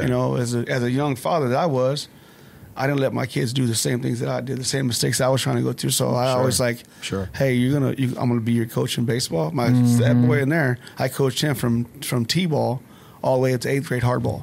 Yeah. I was his coach. Yeah. So I had kids just rotating out and played baseball. My daughter, I was a volleyball coach. My son, I was his basketball coach. So I always had them going all the time. So, but let's get you on a different path than what I was at and what we were trying to do. So that's the way they're successful now and what they do. So I'm happy what they do. But Dominic, he was, like I said, a special kid, man. And then so when we first got diagnosed, we were the same height. Mm-hmm. I'm 5'9". So they say I'm 5'9", but I think I might be a little bit short of that. But we were the same height. By the time he passed away, he was 6'1". Wow. So he was still growing. He was still growing. Wow. But what they did is they went in when they diagnosed him. So he had to do his chemo, but they had to give him a total knee and a tibia and a fibia replacement down to his ankle. Mm-hmm. So and they left his patella, so he had a fake knee and he had his leg. And then later on, it attacked his lung. So they did a lung surgery, and they took his right lung out. So he only had one lung. And they were surprised on how he was breathing. They were amazed. They couldn't believe he was still breathing like that? Well, yeah, they didn't, because, you lose a lung, you're like, okay. Yeah. Partial. There was no partial, nothing. He's like, he has both sets of lungs. Wow. And then he went in remission for about a month. In December, he went in remission, and then back in January 2011, came back to his other lung. And then, like I said, he said, Dad, I don't want to do this no more. I was like, yeah. It's hard, right? I mean, I couldn't imagine, Manuel, man. I could not imagine, bro, that conversation with your boy, man. Oh, yeah, I mean, and just over time, right? Watching them go through operations, treatment. Even just a conversation with yourself, brother. No, it's rough. It's a conversation that you're on, man. What do I do? Do I be selfish? Do I try to keep him here as long as I can? Do I be selfish? Do I let him make a decision? Do I let him make a decision? But you know what? I respect what he said. He says, I don't want to do this no more. My body's, I already got so much stuff in my body. I don't want to do this no more, Dad. So I said, okay. I'm not going to make you do it no more, son. Yeah. So let me back up. You said he got a new leg, a new knee, and then did it go away then? And then it came and attacked his chest, his lung? Well, he got a new leg, and then he got his lung taken out. Okay. So then he was like, okay. It was all in the same. It was all in the same. So then, like I said, he was in remission for a while, and then maybe a month and a half. Yeah. And then it came back in January of 2011. When they first diagnosed Dominic, what was the outlook like from that first time he went in the hospital? Did they tell you, like, you know, hey, this is the outlook for him, you know, anything like that? No, as a matter of fact, the crazy part about it is osteosarcoma is actually curable. Yeah, it is a curable cancer. You know, I don't know if we just caught it too late or what. I don't know. I mean, I don't know what the Lord had in cards, or you know, I don't know. Right. I just accept it. That's all I can do. I don't no, I mean, I just asked because, you know, sometimes, you know, they always say, and you kind of hit it on the head for me. I mean, you know, they would say, well, you know, this cancer is like the most severe cancer. You know, I'm thinking like prostate or something like that, right? And that's actually the first time I've heard of that type of cancer, to be honest with you. So, you know, for him to get that diagnosis, I was just curious, like, what they were saying out the gate. If they were telling you, like, hey, look, this is curable. Like, we might be able to take care of this. Yeah, it's, like I said, it is curable. But like I said, I don't know if we. Yeah.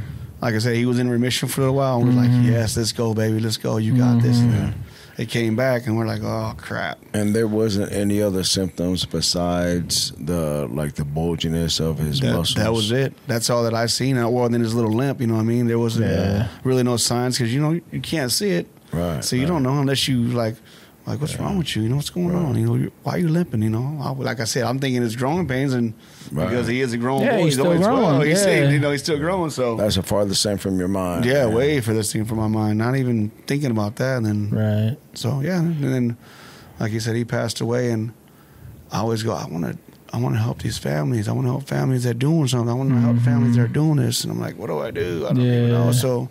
I want to talk about that. Let me ask you this question real quick before we hit on that, Manuel. So how long did he fight the battle, the cancer? How long was that? He passed away at 15.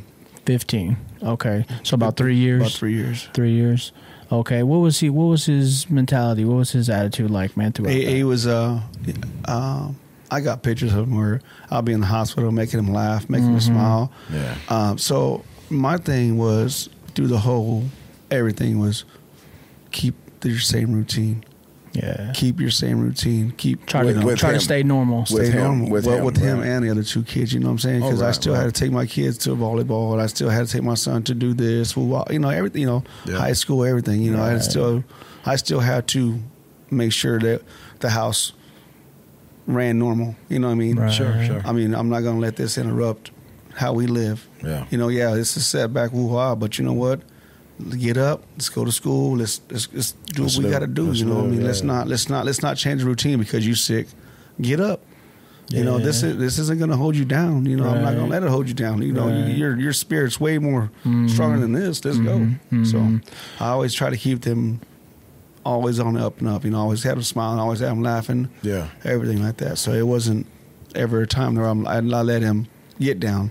Right. You know, he might have got down in his room or whatever with him and his brother, but I never seen it. I always made him stay. I always made him get up. Keep him up, keep him going. Glass half full type of thing. For sure. Yeah, that's what's up, man. Yeah. My guess, man, you know, whenever you know, over 3 years especially, man, you'll meet with your family and everything. You met other families, you know. I'm sure Dominic met other people just like him around his age, maybe. Yeah. You know. During treatment and everything else. So. One particular kid that we remember, and if you would go and you go to my Facebook, my I Am Dom Facebook, I actually drew up what is the background? It's not the profile picture. I don't know. The logo? It might be the profile picture. Oh. I'm not thinking. So it has 3 kids in it. Okay. It has my son. It has Dominic Vargas, and it has Adriana Cervantes in there. Mm-hmm. They all have cancer. They all had cancer. I can't remember what. No, Dominic had. What did he have? Gosh dang it! I cannot think what he had. Are they still alive or they passed? So, Adriana she's been in remission for a while now. She's she's doing great. She's in high school. She's doing great. Yeah. I wish I could remember what cancer she has because that's on my mind. You know, but I got so much going on up there. But so the one kid that we do at one family that I remember is Dominic. The other Dominic Vargas. We're sitting there in the treatment room, and little Dominic's in there, and he's like, "I'm not sick." He's just going crazy. My son's like, who the heck is this kid, Dad? I'm like, I don't know, but his name is Dominic. So he's just going off and all this other stuff. And, you know, we ended up meeting his mom, Rochelle. She's a good lady, too. But he ended up passing away, too. But it was just crazy because he was in there the same thing, you know. Yeah. I'm not sick. I don't feel sick. Da, da, da, da. I was like, oh, crap. Yeah. But, you know, we ended up meeting them. And it just to be there and hear this kid's yelling he's not sick. Yeah. And to actually figure out that he is from the neighborhood was really kind of like, what the heck? Yeah. So that's kind of like, man, that's a bond, right? Yeah, it was a good bond. Man. So I met him, he met Dominic, and they became buddies, you know, and then Dominic always tell him, it's okay, man, you're good, woo, wah, wah. You know, same thing I'll tell him, you know, like a little mentor, you know. But it was a good thing that he was doing that for it. How old was that Dominic, you said? Oh, man, I don't even know how old. A couple years younger than I can't think of how Dominic is or was. Yeah. It was just funny, though, because he's like, who the hell is this Dominic guy? They keep yelling. Where did your son Dominic? Where did he get his treatments and stuff? Where was he taking care of that? Always at Children's Mercy. Children's Mercy. Okay. Yeah. He got his what is the name of the hospital out there? Oh gosh. See, I know you used to put me on the spot. It's all right. It's on 110th Street. Yeah. There's a big hospital out there. That's where he got his surgeries done at. But all of his treatment was downtown. Oh, is that like the Overland Park Regional? That's the Children's Mercy out there. It wasn't. It was a branch off next to it. The one right next to it. No. It's its own entity. They just sent Dr. Rosenthal was his doctor who did his surgery. Yeah. So yeah. Okay. What? You know, you talked about that moment. You know, whenever you get it spread to the other lung, man. You know, Dominic tells you, Dad, man, I ain't doing this no more, man. I can imagine, you know, the follow-up conversation. If your wife wasn't there, you're talking to your wife. You know what I'm saying? Like, how do you feel like those moments like really impacted your family, bro? Rough. Yeah. Rough. No doubt. For sure. It's a rough conversation to have with a young kid. You know, young male. Mm-hmm. You know, at 15 years old, you're like, dude. You know, I always told myself, dang, I'm never gonna have a little big head kid that slobbers like you, and you know, like, dude. Yeah. You know, I mean, the only way I could have another kid by him is, you know, here, put this in a cup. And that's the only. And I was like, dude, and he's like, I'm not doing that, Dad. I was like, okay, well, whatever. You know, I got my grandson now, and he's a ball of joy. He reminds me of him. Yeah. He don't slobber as much, but he still does the same stuff. He still does the same stuff. I'm like, this dude is just the same thing. Dominic just running around, smiling and laughing. You know, just being him. You know, which yes, that's filled a void for real. It filled a. Oh yeah. So Dominic passes away, 15 years old, man. Mm-hmm. And how long? I mean, did it take for you to just be like, man, we're going to start a foundation? I mean, you know, you start the I Am Dom Foundation, but, you know, my guess is those wheels were probably turning because you were meeting people, the experience you guys went through, right? Oh, yeah. What did that look like? It was actually 5 years after the fact. You know, I started so what happened was how did I do it? I put a Facebook post out. And I was like, hey, does anybody want to help me start a nonprofit? 10 people responded. So that was the born of the foundation. I didn't know a name because it was at Applebee's. They all met at Applebee's with us. And met with me, and I was like, you know, here's what I'm going to do. Here's what I'm trying to do. Wow. They're like, what? I was like, you know, I don't know the name of it, but here's what I want to do. I want to help families. You know, I want to help pay their bills. And they're looking at me like I'm crazy. Like, what do you mean? I say, well, you know, you got a child with cancer. Right. Yeah. You might have 2 incomes. So, right? Yeah. So, say you have a child with cancer, so you got to go to the hospital with your son. Mm-hmm. Are you working? Right. No. So, therefore, you lose that income because you're constantly going to well, you might still have a small amount of that money that you were making, but not all the time. Yeah. So therefore, you're only getting maybe 20 hours a week. So you're 40 hours a week or 10 hours a week, you know, whatever. And it's rough, man. You know, it's a hardship. Me and the wife, we all lost our house because of that, you know, because we was going to doing stuff like that. And And there was I can't think of her name, but she was an advocate, a social worker there. And she's like, "Why didn't you tell me this was going on?" I'm like, "Well, pride. I don't care what anybody says. Pride will eat you alive if you let it. If you drop that pride just a little bit, it'll help you out." Well, so that was ours. We was so prideful. I was like, "Nah, I don't want to do that. I don't want to do that." Yeah. And then, like I said, she heard us talking about it, and she helped save our house and help do a couple other things. So I was like, you know what?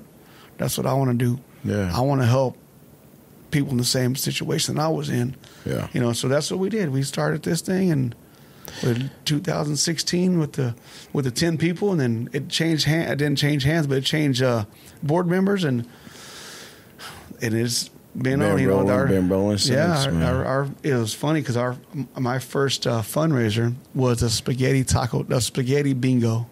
Oh, for spaghetti real? Bingo. Wow. Yes, spaghetti bingo.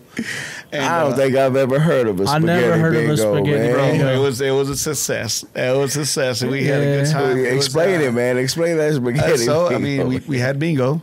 You play for your bingo card. I'm a bingo player, man. I love bingo. You didn't win money. You just only won prizes. You know what I mean? That was how it was.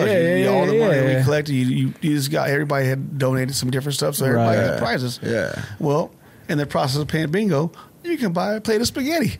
So you got spaghetti. It was wild. Did you make the spaghetti? As a matter of fact, I had a couple people help make it. Okay.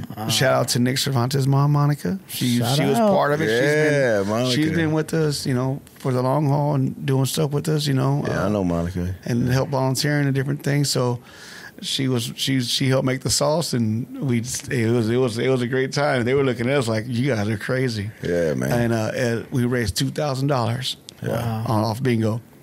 And I go, well, we got $2,000, guys. What are we going to do? They're like, I don't know. So I actually was going to I wanted to have a run walk in September, and we did. Yeah. But I had no idea on how to do it. Yeah. I had no idea on how to become a 501c. I had no idea on how to do any of this stuff. Right. So we ended up, like I said, doing these little fundraisers, and we were filing paperwork to try to get this thing going. And finally I was like, we need a lawyer. I said, because I don't know what the hell we're doing, guys. They're like, right. Okay. So we ended up getting a lawyer, and I was...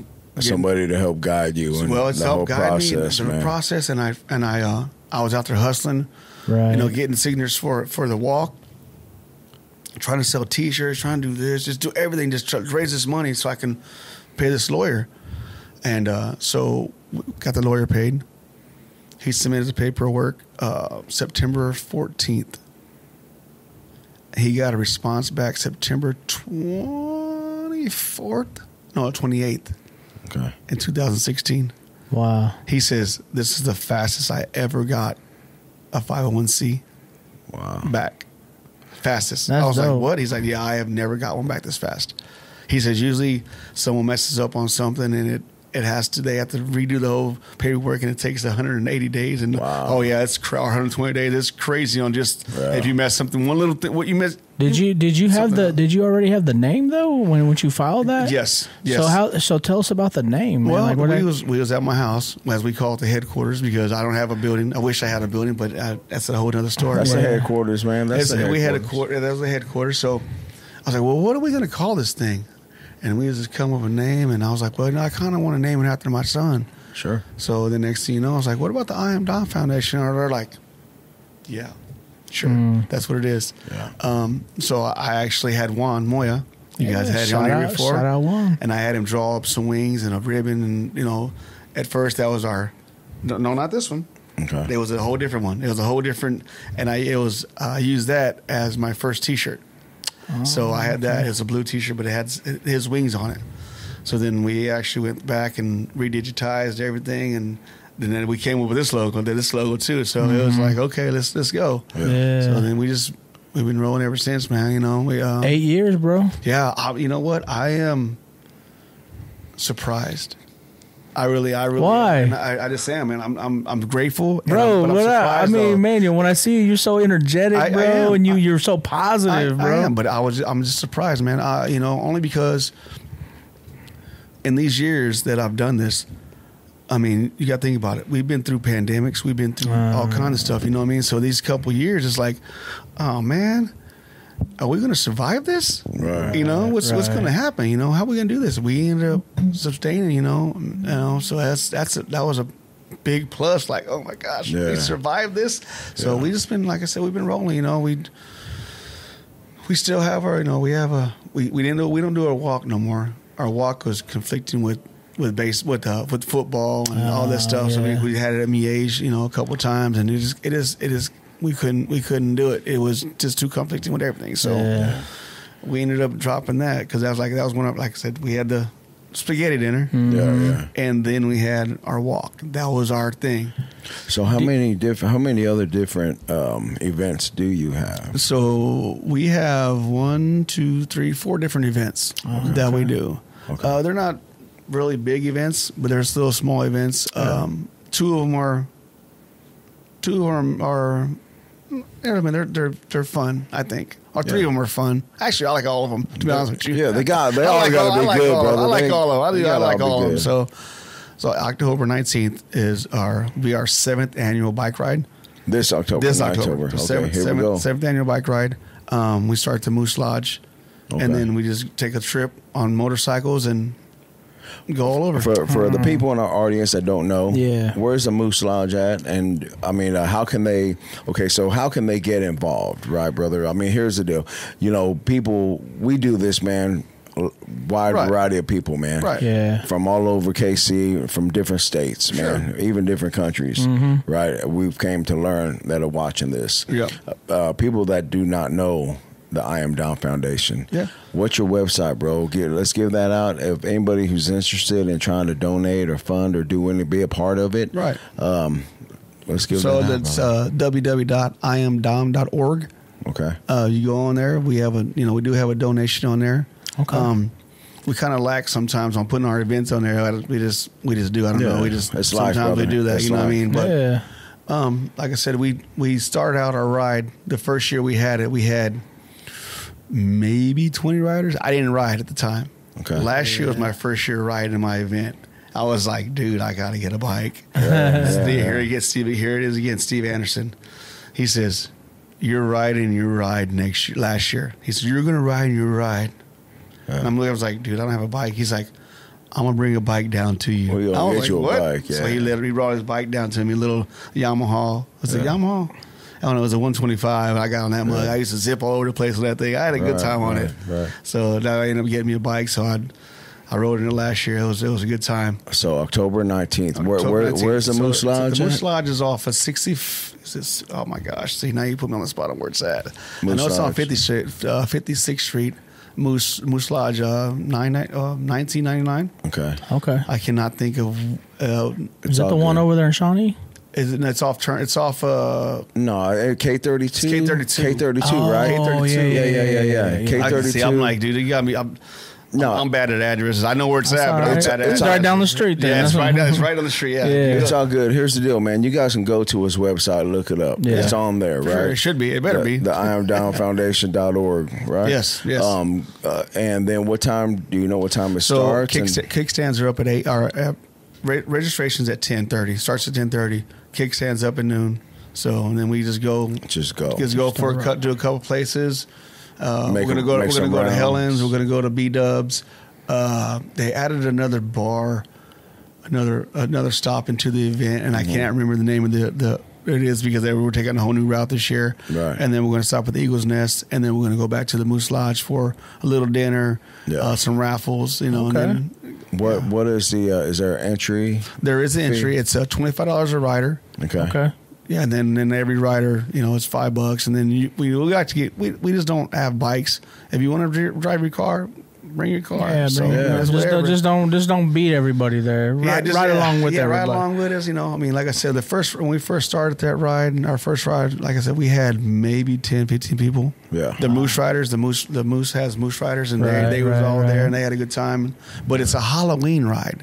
So that's what I really like about it, because some of the riders, they dress up, some of them paint their face. So they're in costume. You gonna rock the cow suit? Be honest. I can't. Okay. Not on the bike, man. No, well, the only reason why I can't is because it gets hot. And it'll melt that plastic on my legs, so I'm not right. Yeah, that motor, man, gets hot, man. So I mean, like I said, it was. And then last year we had about 50 riders last year. Okay, nice. So it's been up and up. It's been up and up and up. So I'm glad about that. That's good. Do you ever have to let's say you get 150 riders?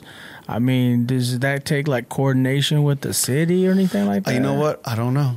No, man, I don't know. You just rolling, man. I don't know. I mean, you got to have blockers and stuff like that, and but I'm not sure. When I get that big, I'll be like, oh my gosh. But I'll tell you what, if you ever been on a bike ride and you're in the back of the pack and you can watch the bikes in formation going down the road, and you're like, dude, this is badass. Or you're going under some trees and the leaves are falling and you see the bikes disappear going up the hill. You're like, I put a smile on my face every time I see it. But so that's in October, like I said, and then I do a teddy bear drive. Okay. In January. Okay. Well, I try to start in December, and it's called a Friends for Life. Friends for life. A friend for life. A friend for life. Yeah, and that's a teddy bear drive. Teddy bear drive. So what we do, and then I try to give them out. Well, I personally can't give them out, but I take them to the hospital in February for Valentine's Day. Okay. So here's how I looked at it. And my board was looking at me like I was crazy when I started it. It was. They're like, "You want to do what? Do you want to do what?" That's all they told me. I was like, I want to collect teddy bears. I want to give to the kids at Children's Mercy. Right. And they're looking at me like, what? So I said, here's the reason behind it. Say your child's in the hospital. You got to go to work. You can't be there with them. Yeah. Who's there with them? Right. Nobody. So why not give him somebody that can be there with him? He can confide into. He can smack around. He can do whatever he wants. As long as he has him, somebody there with him. You know what I mean? So therefore, make that his friend for life. Yeah. And that's why I did that, for that reason, because there's been times when we was in the hospital, and we seen kids that were there for weeks by themselves, man. Wow. Nobody was there with them, man. It's like, they change rooms and they do all this other stuff. You're like, man, what the heck?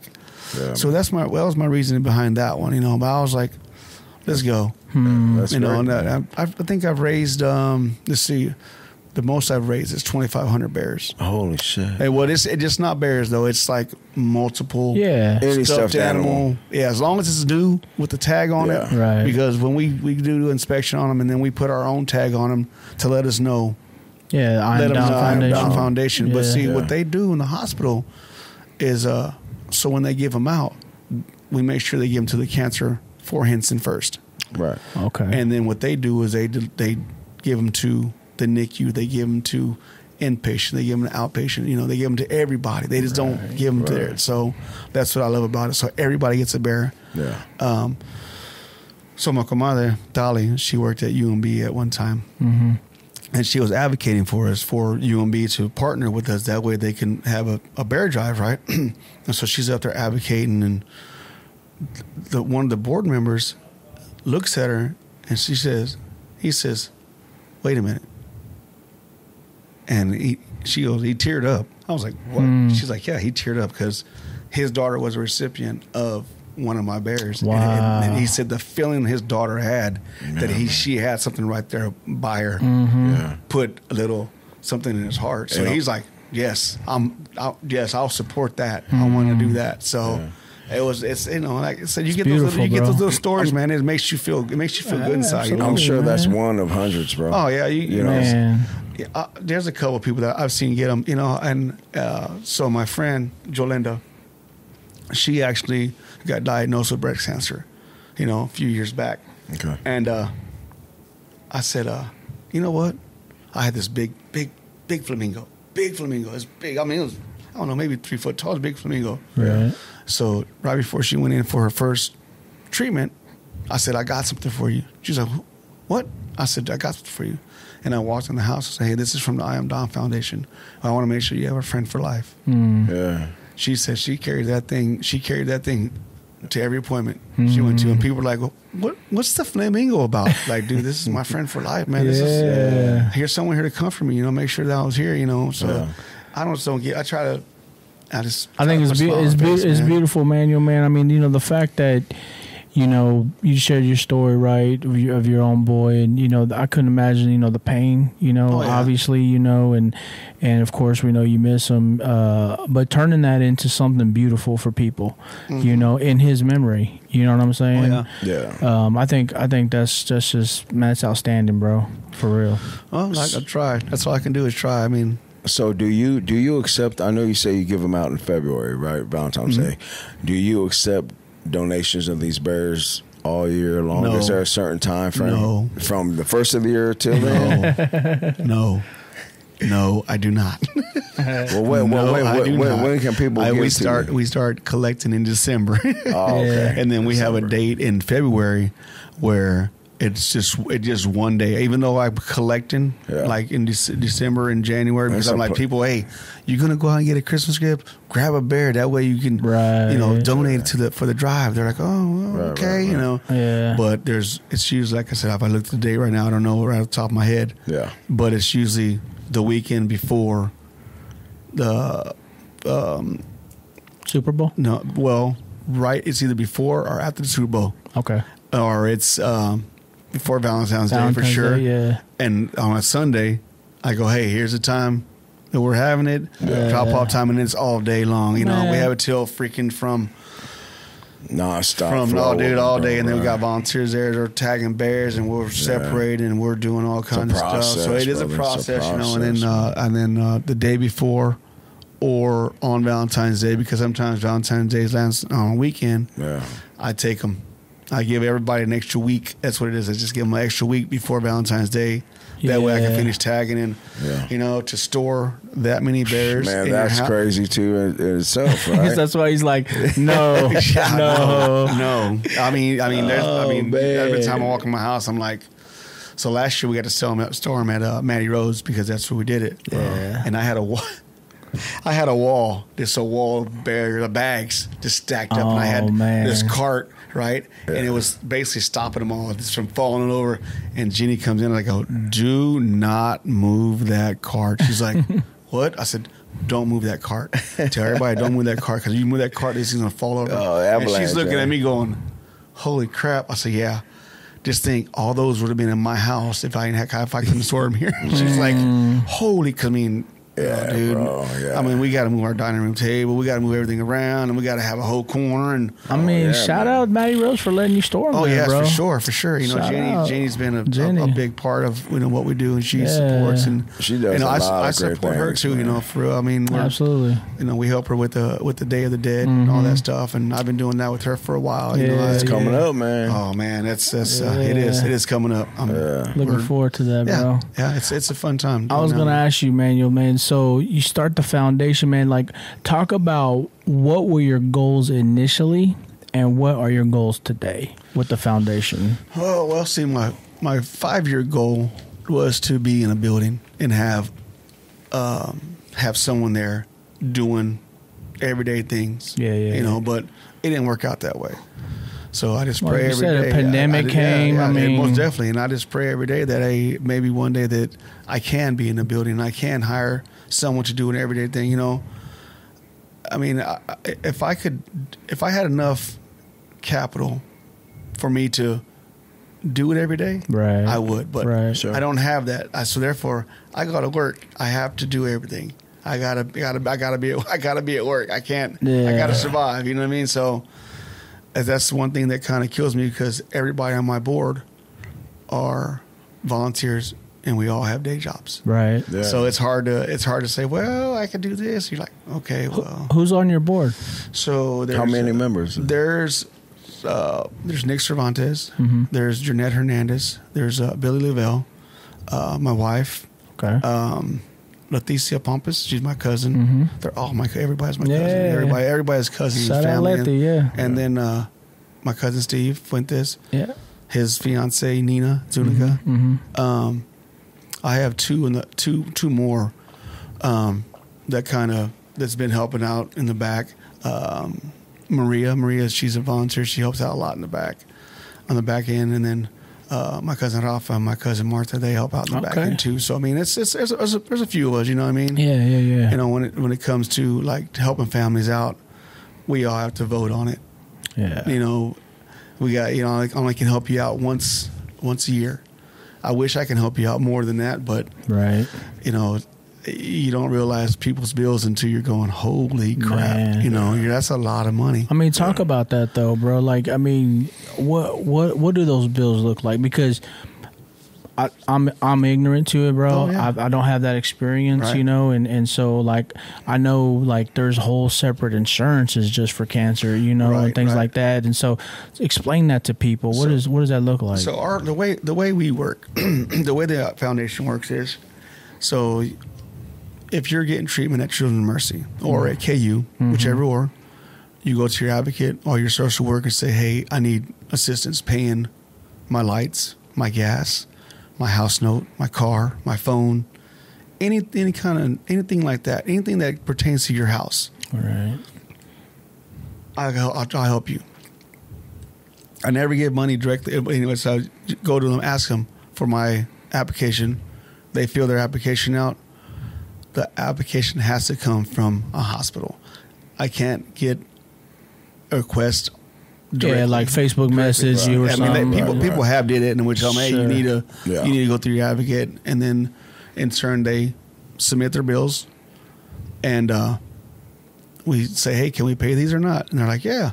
I mean, you get a gas bill, you get a light bill, you get a water bill, you might get a house note or a rent.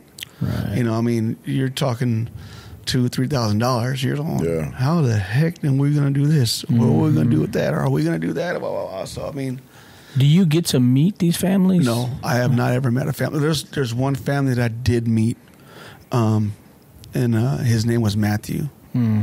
Matthew recently just passed away. He was a good kid. I got to meet him. It was crazy on how I got to meet him though.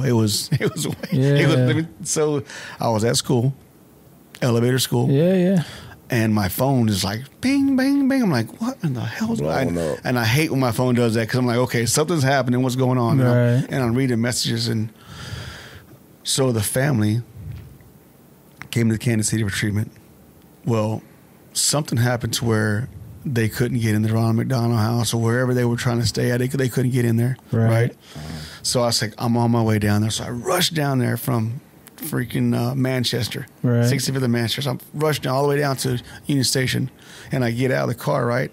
And the mom's name is Melissa. So I jump out and I go, Melissa? And she gives me this like, I'm Melissa. Yeah. What's going on? I was like, well, I'm Manuel with the I Am Dom Foundation. And she looks at me. I was like, you expecting somebody in a suit? She's like, yeah, because I still have my work clothes on. She's looking at me like, I was like, fresh off the job. Yeah, I still got a job. I still have to help you. So what do you need? She's like, we don't have no place to go. We don't have this. So I said, hey, board, look, we need to put her up somewhere. He has treatment tomorrow. And we ended up putting him up in a hotel for a week. And getting them some gift cards because they spent all their money coming down here. So I was like, they had money to get back, but they had no money for food. We were like, oh my gosh! So we ended up getting them a couple gift cards from Applebee's, and then that way they can eat, move on, and so and then they came down for a balloon release for Dominic, and I got to talk to him and hang out with him for a little bit, and so it was. And you said Matthew, he passed away recently. Matthew just passed away rest recently. In peace, man. Yeah, he just passed away recently, a couple weeks ago. So but, that's beautiful, bro. Yeah, I mean, seriously, man. I mean, these are people from out of state, out of town. They're from out of town. Yeah, they were 3 hours south from here. Okay, they were past Wichita.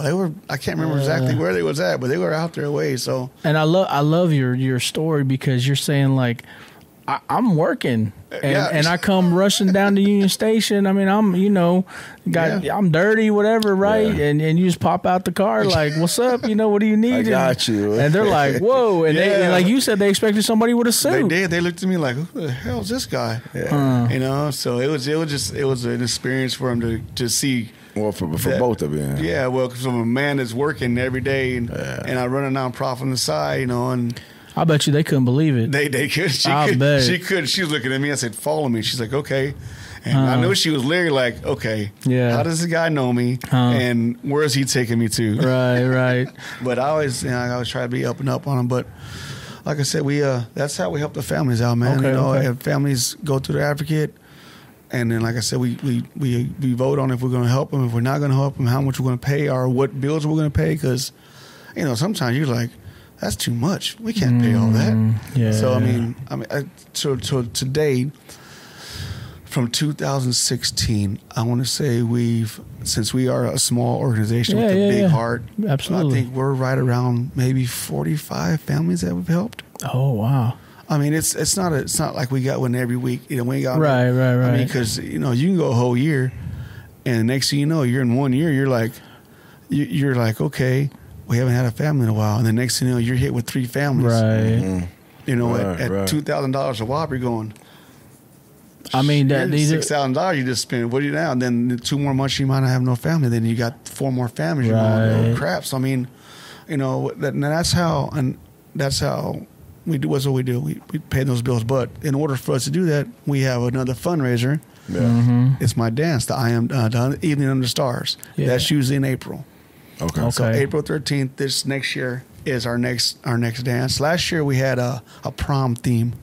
Everybody loved the prom theme. Mm-hmm. They were digging it. You got a lot of older people, and they were coming out, and everybody dressed in suit. Yeah. I mean, they were dressed in tuxes. I saw the picture, I was bro. like, "Are you kidding me?" It was awesome. I had a great time, And we scarred from our proms, bro. That's why they was like, "I got to go out on this one, man." She's still with me. Hey, they you know what? Right. We actually threw it out there, but we had prom proposals. Oh, really? Like, will you go to prom with me or something? Yeah. I mean, married couples asking their wives, hey, baby, you go to prom. It was awesome, man. I love seeing it's all things, fun, man. It was. Yeah, and like I say, to see everybody out there and have a good time and dress to the tees, and man, it was like, wow. Look at this, And you're gonna do that again this coming April. We're doing it again I don't know if it's gonna be prom theme. Okay. But we're gonna figure something out. We're gonna have a dance with them. We have a dance every year. Yeah. Just let them know, hey, we're still here. We're still trying to survive. We're still making it. So right. mean, you said, sorry, D-Rod, you said that you helped about 45 families. Mm-hmm. That's for 8 years, bro. That's like over 6 families a year, bro. Yeah. Like, that's beautiful, D-Rod. I mean, 6 families a year, bro. Like I said, I mean, I could be wrong. There could be more, but like I said, it just off the top of my head because I don't have the numbers. Well, and that's not even including things like the teddy bears. Oh yeah, I mean, you helping people just with that. Yeah. Something about them small gestures, man. It goes a long way, man. Yes, for sure it does. I mean, you don't. It eases their pain a little bit, and like we had Scribe on, those that know us, they will watch that episode, and he painted Children's Mercy Hospital. You've been all through Children's Mercy, I'm sure. Yeah, man, you know the deal, right? I mean, we all have, right, sometime or another, and he also said the same deal, and like it eases them, it kind of takes them away from where they're at for a second, and makes them feel a little bit more comfortable. Yeah. So, same concept with them bears, brother. So I'll tell you what. So for me, doing this organization, I look at it as, worry about your sick kid for this month. Let's worry about it. Let's worry about that bill next month. Right. Right now, and the point in this time, you worry about that 6th baby. Let me take care of your bills for you. Let me pay this for you. Let me do this for you. Yeah. Because you don't know how many people at the family, they're like, dude, you're an angel. I said, I'm not an angel, bro. I'm just doing his work. The Lord said, hey, do this work. I'm like, okay, what else do you want me to do? And that's what I do, man. And I'm just here in the background because I always, even my board, I don't ever want to take full credit for what I do because it just ain't me. It's everybody around me that makes this work. 100%. You know what I mean? Like right now, you guys are making this work because you guys got me here. You know what I mean? I give, hey, shout out to you guys because you guys are the one that brought me here. Yeah. You guys are the ones that said, hey, I want these people to hear about what you're doing and who you are. You know what I mean? For sure, man. So therefore, I don't ever take It's not just about me. It's about everybody. Yeah. It's like you said, it takes a village. It don't take one person. That's right, brother. Man, you know what, Manuel, man, D-Rod, you know what that is, bro. I know exactly what that is. That is a salute, Manuel, bro. Salute, man. Happy for you, man. Salute, man. Salute to Dominic, too, bro. Salute. I am Dom, man. I read some statistics, man, just preparing for this episode, and I'm sure you're well aware, man, like cancer it just kills so many people a year. Oh yeah. I didn't want to talk about the death. I just want to talk about how many people I read just in 2024 have been diagnosed with cancer. So in Missouri, D-Rod, 39,120 so far people diagnosed this year with cancer. Wow. In Kansas, 16,640 diagnosed this year. Are those in the whole states? In the whole state of Kansas so far. Wow. I mean, that's not everybody, right? Because not everybody knows, right? Right. But man, that's pushing, that's pushing up there towards 60,000 real fast, of people just on both sides of the state line. And then the other thing I read, so for every 100,000 people a year, 146 people die. And for men, for every 100,000, D-Rod, 173 men die. Wow. It's crazy statistics, man. It's just crazy how cancer has just taken a hold of our lives, people's lives, right? I mean, everybody has experienced. Yeah, oh yeah. Everybody. I just had a friend of mine, I ain't gonna say no names, but his wife just got diagnosed. And it's like, dude, she's trying to numb the pain. I was like, dude, we're here, bro, whatever. Right. I'm here for you, whatever you need, bro. I'm not going to, whatever. Well, it goes back to what you said earlier, man. And D-Rod and I, man, we've talked about this before. I mean, even on some other conversations similar to this one, man, is, you gotta remove that pride, man. Oh yeah. I mean, we've all been there, right? Oh yeah. I mean, we've been down in that pit, and we didn't want to ask nobody, like, hey, I need help, and that's where life took us at that moment, and we were just so prideful as men, as Latinos, whatever, right? Oh yeah. And it's just like, I ain't asking nobody. Yep. And then I can do this. I can do this, and it's not that easy. It's when you learn to drop that, then you're gonna move on. You'll be like, okay, I got this now. Let's go. Right. For sure. Is there any other type of organizations or foundations also that help you or work with you with yours? That as far as working with me, I don't know. I've dabbled in, just not really partnering with a couple of them, and we just did a couple of things together, not on a regular, but we just hang out, whatever, and kind of get my information out there, I did have a booth one year at the KC Hispana. I did have a booth there one year, and it was funny because I can't remember what was this guy's name. I think his name was Mike, but I'm in the back, right? And he goes, "What are you doing back here?" I was like, "So where they put me?" He's like, "You shouldn't be back here. You should have been up in the front." And I was like this, bro. I didn't place myself, right? So I didn't say nothing. But I would be like, "Well, put me up there. Let's go." I just laughed, though. I was like, "Okay, whatever," But yeah. I mean, like I said, I'm the same way. I'm not a person to ask people to do things. We just do it. I don't. Right. Well, and the reason I ask is because we talked to these other guys who created a deal, right? The Reyes brothers, right? Oh, yeah. And they worked, I think, with the water. Hinkley and Schmidt or somebody, that help donate and give stuff for their cause, and stuff like that. So I just asked if you, do you have any other donors or funders? Well, I do have a couple people that are private that donate a little bit more than and I'm very blessed for it. That they do. They're like, hey. Absolutely. As a matter of fact, the Murphys. They have the golf tournament. They just had it. Okay.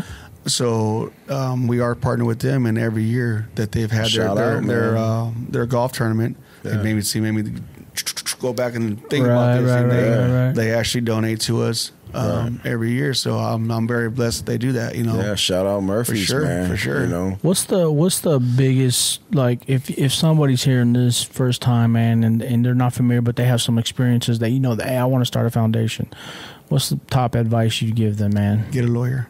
Get a lawyer. First Get a lawyer. off, right? Get a lawyer. That way, it's not. It's hard. It really is. It's get a lawyer because many obstacles, right? Yeah, there's a lot of obstacles you're going because you got to file state. You got to file. Oh gosh, you need like a tax ID. You got a tax ID. You got to get. You got to make sure you're filing the right paperwork to even start with. You got to. Yeah. It's a everything is a stepping stone for the other. Yes, man, it's right? a stepping stone. And then I've had a guy ask me, "Well, what can I do? How can you do?" I'm like, "Bro, I'll be honest with you. It's not easy. You gotta have some backing. You gotta have a board. You gotta have so many things in mind before you can even submit. Yeah, that's submit. You're just like, what the fuck?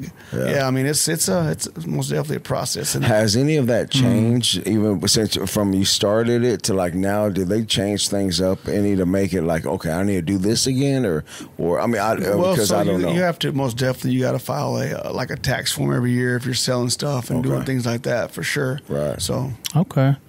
What, man, so a couple questions before we have some fun with you, Manuel. So, that don't even sound right, bro. Yeah, that don't even sound right, bro. I'm going to have to learn how to say that. I don't even sound right. You got to say it in a different voice. We're going to have some fun. Hey, baby, before we have some fun with you. We're going to have some fun right now. All right. No, but seriously, so let's talk. So what's your message to people about the foundation? Just what do you want people to know about the foundation right now? Oh, man. I just want you guys to know that we are a small foundation. And if you guys would like to donate or volunteer, let us know. Reach out to us. Go on our website. Reach us on Facebook. We do have a donate thing there. We get the big businesses to help us get a building, or that'd be great. That way we can get some people hired to do the things that I can't do on a daily. Right. That would be great. But one thing is, you know what? Don't drop your pride. Drop your pride. Ask for help. If you need it, don't act like you don't. Right. You know what I'm saying? I'm not saying that other foundations or somebody might not help you guys out, but you can overuse those foundations. So therefore, you know what? Reach out. Let's go. I mean, I most definitely will try to help you out if I can. I'm or us, not me. Us as a whole. We'll try to help you out. But lose your pride. If you keep that, you're not gonna. It's hard. I know you have probably hundreds, thousands of situations that I'm getting ready to ask you about. But if you had to share, and if you're willing to share one favorite memory of Dominic with you, what would it be? Ooh, man. My favorite memory, Dominic. Oh man. Just one. No, you know what? I'll tell you the one. So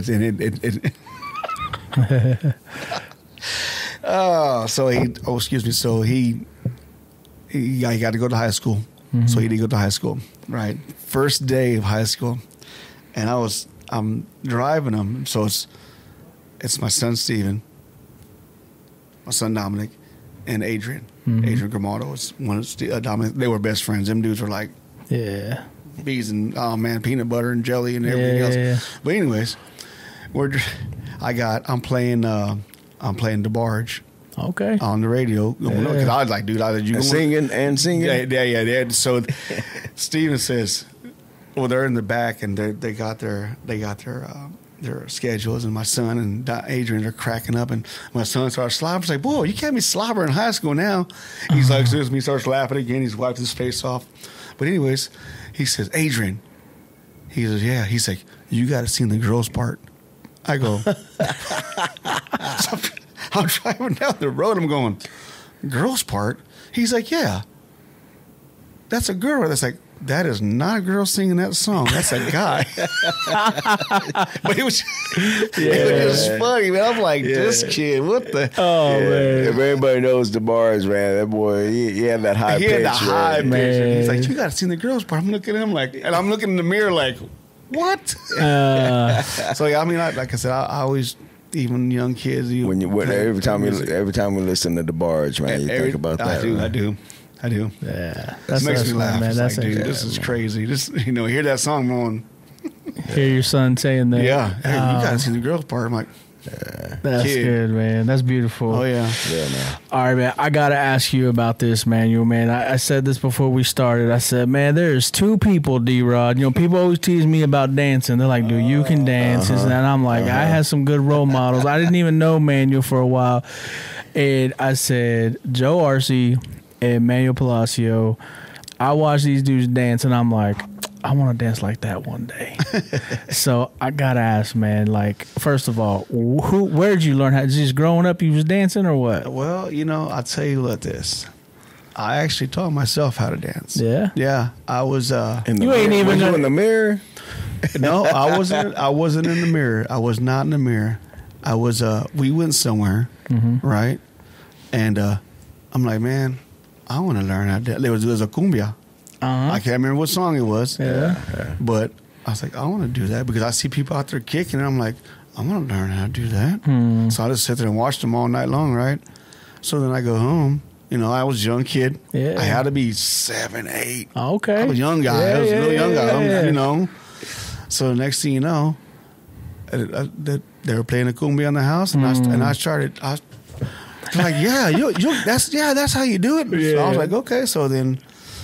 Next day, I was born. Yeah, it's not too hard with a good cumbia, man. They just seem to take over your body, bro. Yeah, you get some cumbias, man. That's it, man. Yeah, I thought you was gonna say Yvette gave you, helped you with that. Yvette? Nah, it sounds good. You showed Yvette. I can give her some credit, but I did me. Yeah, man, I love it. What's your favorite Tejano song, man? I don't have one. No, you know what? I'm lying to you. Okay. I'll lie to you because, I mean, you play Palomita Blanca, and let's go, little Michael Segarra. I'm like, let's go. I'm like, and I'm getting my own little zone. My wife's like, what is wrong with you? It's a good song, bro. Oh, it is. Yeah, it's a classic, man. Yeah, yes, I love it. Cruz de Madera, that's another good one. Yeah, but I just get in my own little zone, do my own little thing, and they would look at me like, are you dancing or are you walking? I'm like, I'm doing both. I just make it look good. Yes, sir. You do, man. I got to give you props, bro. Oh, man. Got to give you props, man. I'm all right. I'm not the best. I see some guys out there going, I want to do that. That's how I want to dance. Yeah, we can do that, but then we'll be sore afterwards. Man. The next day, like, why was I doing that shit? For sure. Last time I danced, I wasn't like, hey, dudes, I'll never do that again. Oh, yeah. No. Man, they are not dancing shoes. No, that's like when me and the wife dance together, and we're like, I'm in the wrong shoes because our shoes ain't sliding, and we'll be sticking to the floor. Well, we only can dance cumbia tonight, baby, because... Oh, shit. Well, listen, man, appreciate you talking with us on, Dominic, man, on the I Am Dom Foundation, man. I mean, just beautiful work you guys are doing, Manuel, man. Shout out to you, the board, your wife, your daughter, your son, Dominic, man. I mean, it's just incredible, man, for you guys to take, that story, that event of life and just turn it into something beautiful, not just for you all, but for people, all the people you've helped, man. Yeah. Yeah, I mean, I try to touch everybody's heart in some kind of way, and my wife tells you, she's like, I'll volunteer for something. She'll look at me like, for real?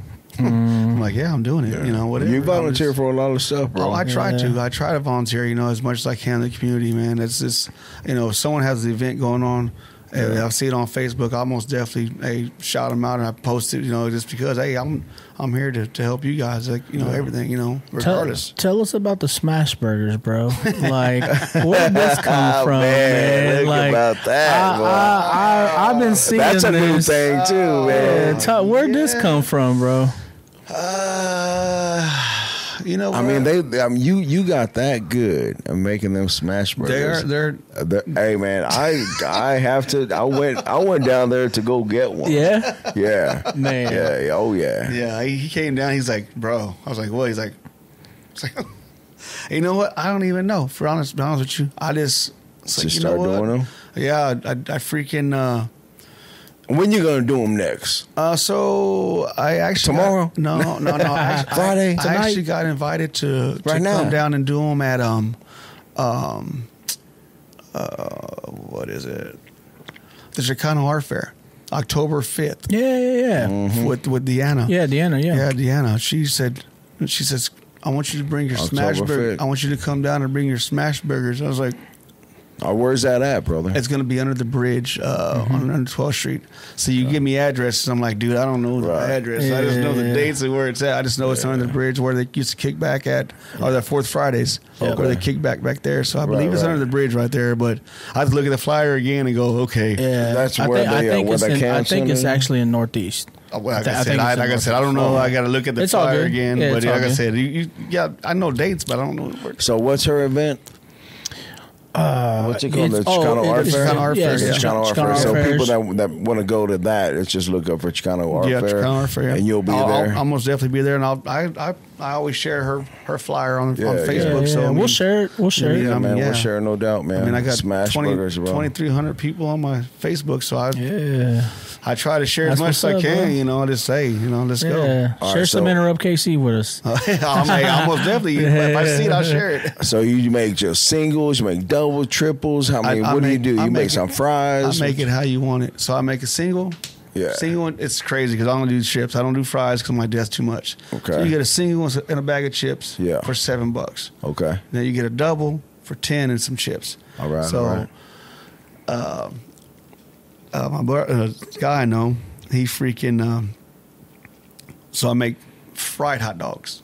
It's not the Mexican dogs. It's not wrapped in bacon. It is a hot dog fried in half on a bun. Some shit we ate growing up for breakfast. Yes, sir. So this guy, he says, Brock does it. He says, bro, make me a smash burger with that hot dog. I'm like, okay.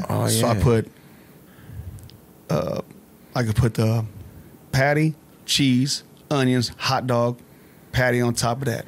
Okay. That's him. Oh, wow. He goes, that's how I want it every time I see you. So it's a double with the dog in the middle. A double with the dog in the middle. Okay. Yeah.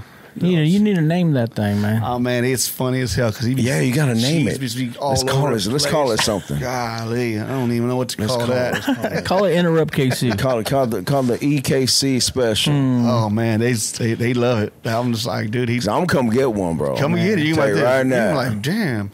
Like I said, and I only use beef hot dogs, but I don't eat pork. So yeah, you don't eat no pork. I don't eat no pork. No pork on your plate. No pork on my plate. Man, that's bad for you, bro. I know it is. It is. It turns you brown, makes your hair fall out. Yeah. Cool, bro. Oh man, no carnitas. No chicharrones. No ham. No nothing. No bacon. That's all good, man. Well, I eat turkey bacon, but that's and then. But like I said, I gave up pork a little while ago. Yeah, I gave it up a while ago for a little bit. I've been over 10 years strong. Oh Sweet. man, yeah, Sweet. over 10 years strong, and that's what's up. Makes a difference. My wife gets mad at me because we'll go somewhere. She'll go, babe, they got pork. I'm like, don't worry about me. They got vegetables. They got rice. I'll figure out something. She's like, no, you need to eat. I'm like, dude, I'm gonna eat. Yeah. Yo, man, so we gonna do this fun activity with you, man. We're gonna have fun. Enterrupt KC. People, places, and things, Kansas City, man. That's what we about, all right? Okay. So we have this little verses that we do with people. And so what we're going to do is we're going to give you two options.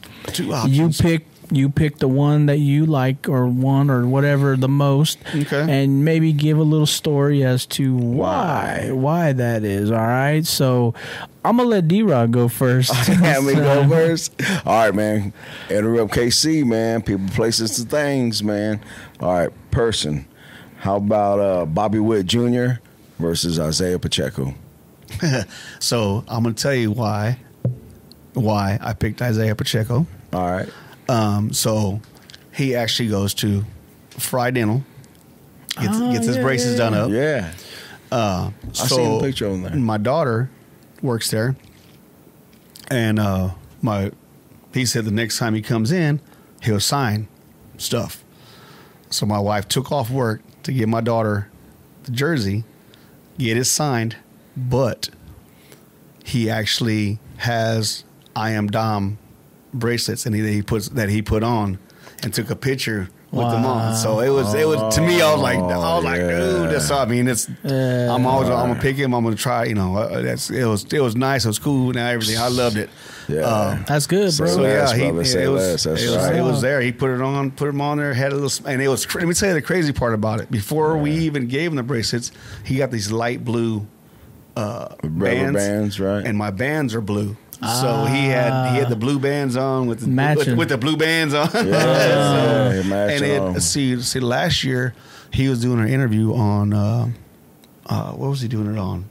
God dang it, I can't think of which interview, but he had the bands on doing the interview. So I was like, man, it made me feel good. That's dope, it made me feel good, like damn, yeah, because he didn't just do it for the moment. No, he had them on. I mean, for a little That's while. what's up, bro. Shout out Pacheco, man, shout for out that. Pacheco, yes, sir. All right, let's do Arthur Bryant or Ollie Gates. Come on, man. Arthur Bryant's hands down. Yeah. Are you serious? Even though they changed up a lot of things that with their new owners. With their new owners, they changed up. Back in the day, he just like slack, make you a big old nasty. They don't do that no more. They weigh it. What? They weigh him now? They ain't got a little boy there with just a boom throwing the hand on there. He says, puts on a scale. They weigh it. But I'll tell you what, me. I like that gritty sauce. I like all that stuff. So me, I'm like, you know what? Make mine to go with extra sauce. Yeah. With fries on top. So they put that on and slap it. But that's what I'm talking about, man. Man, I go in the other room, sit down, unwrap that mug, and just put more sauce on it. I'm like, let me get some grit. Man, look. And I have sauce. Look, I'm getting extra shots. Thinking about it. Me too. I'm like walking in there and you slide all the way to the window. I mean, there's so much grease in that place, bro. We actually, as a matter of fact, they just did an interview down there a couple weeks ago. It was funny.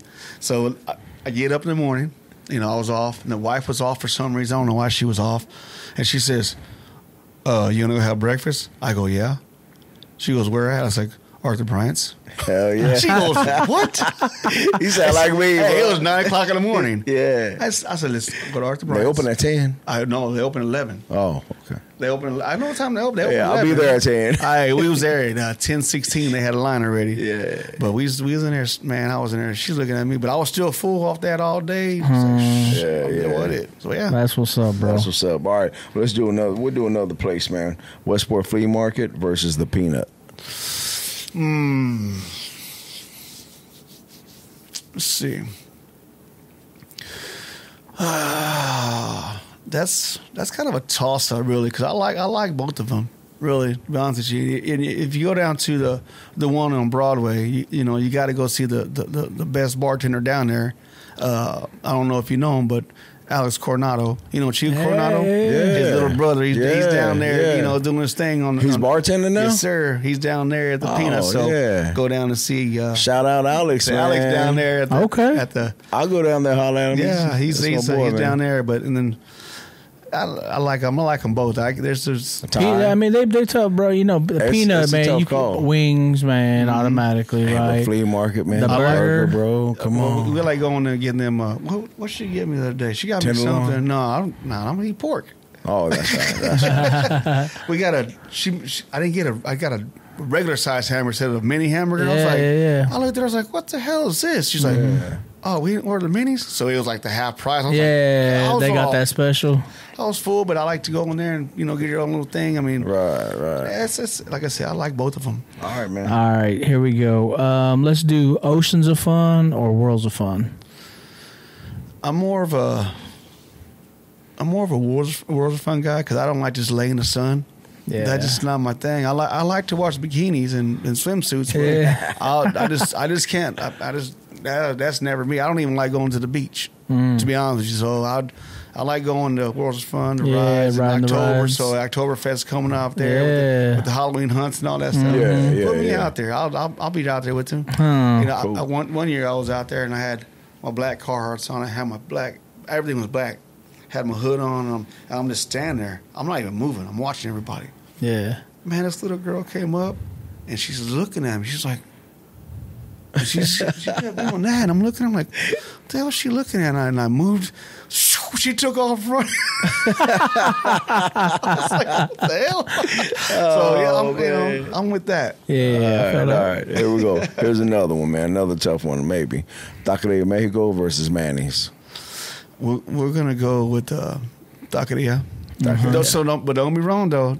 If you guys have not been down to Manny's, and had if you like old fashions. I don't know if you guys like old fashions. Man, come on. So you go down there and you talk to Nettie Perez, Jeanette Perez. She's the dang.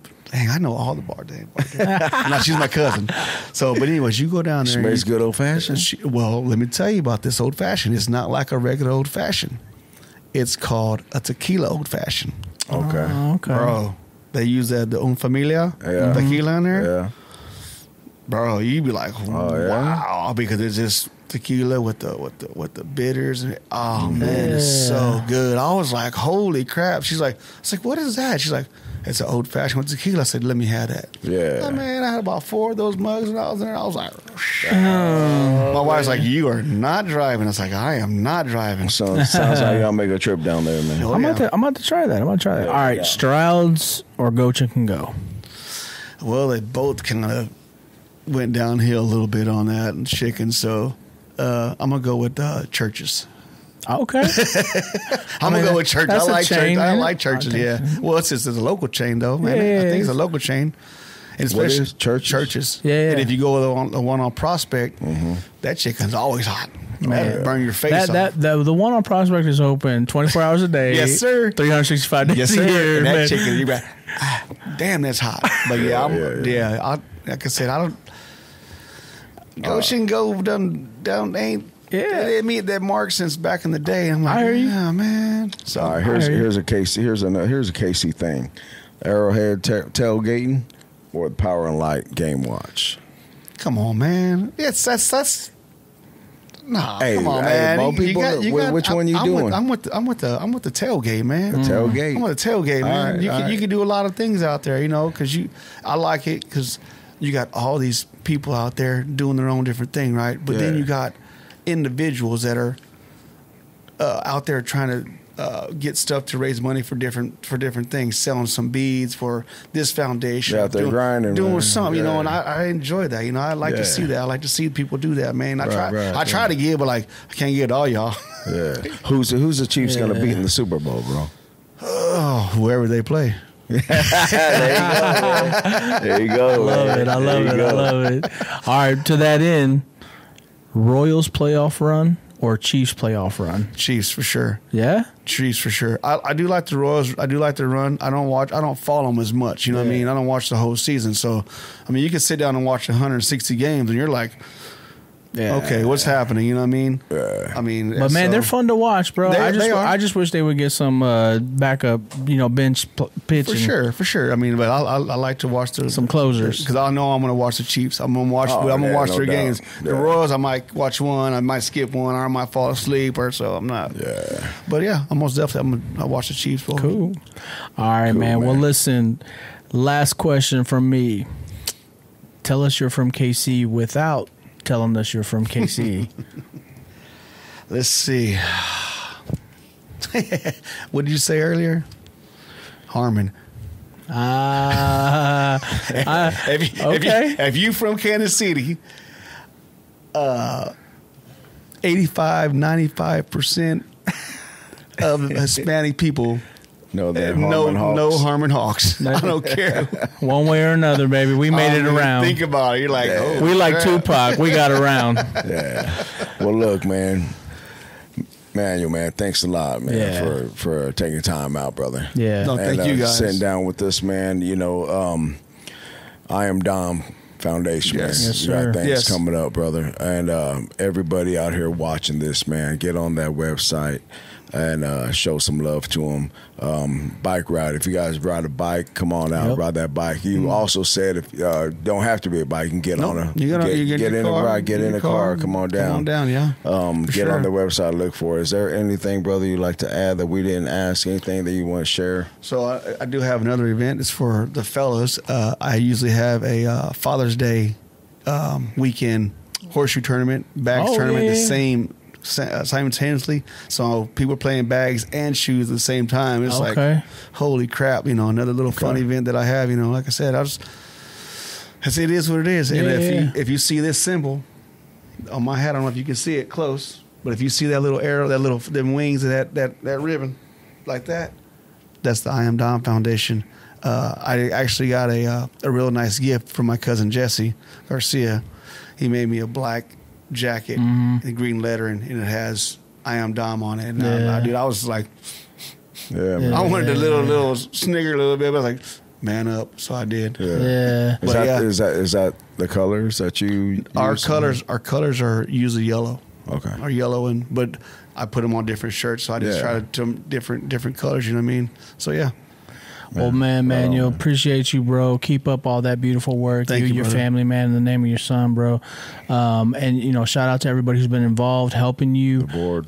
Yes. We just appreciate the fact you sat here with us tonight, man, is able to tell that story, bro. Thank you, guys. I appreciate you guys having me on here, man. I really do. It means a lot, because like you guys got followings all over the place, and some people might not know who we are, what we do, but you know what? Tonight they're going to do it. That's right, baby. That's what right. we do this for, brother. That's with what that, we do man, for, with that, Enterrupt KC, JL, D-Rod, man.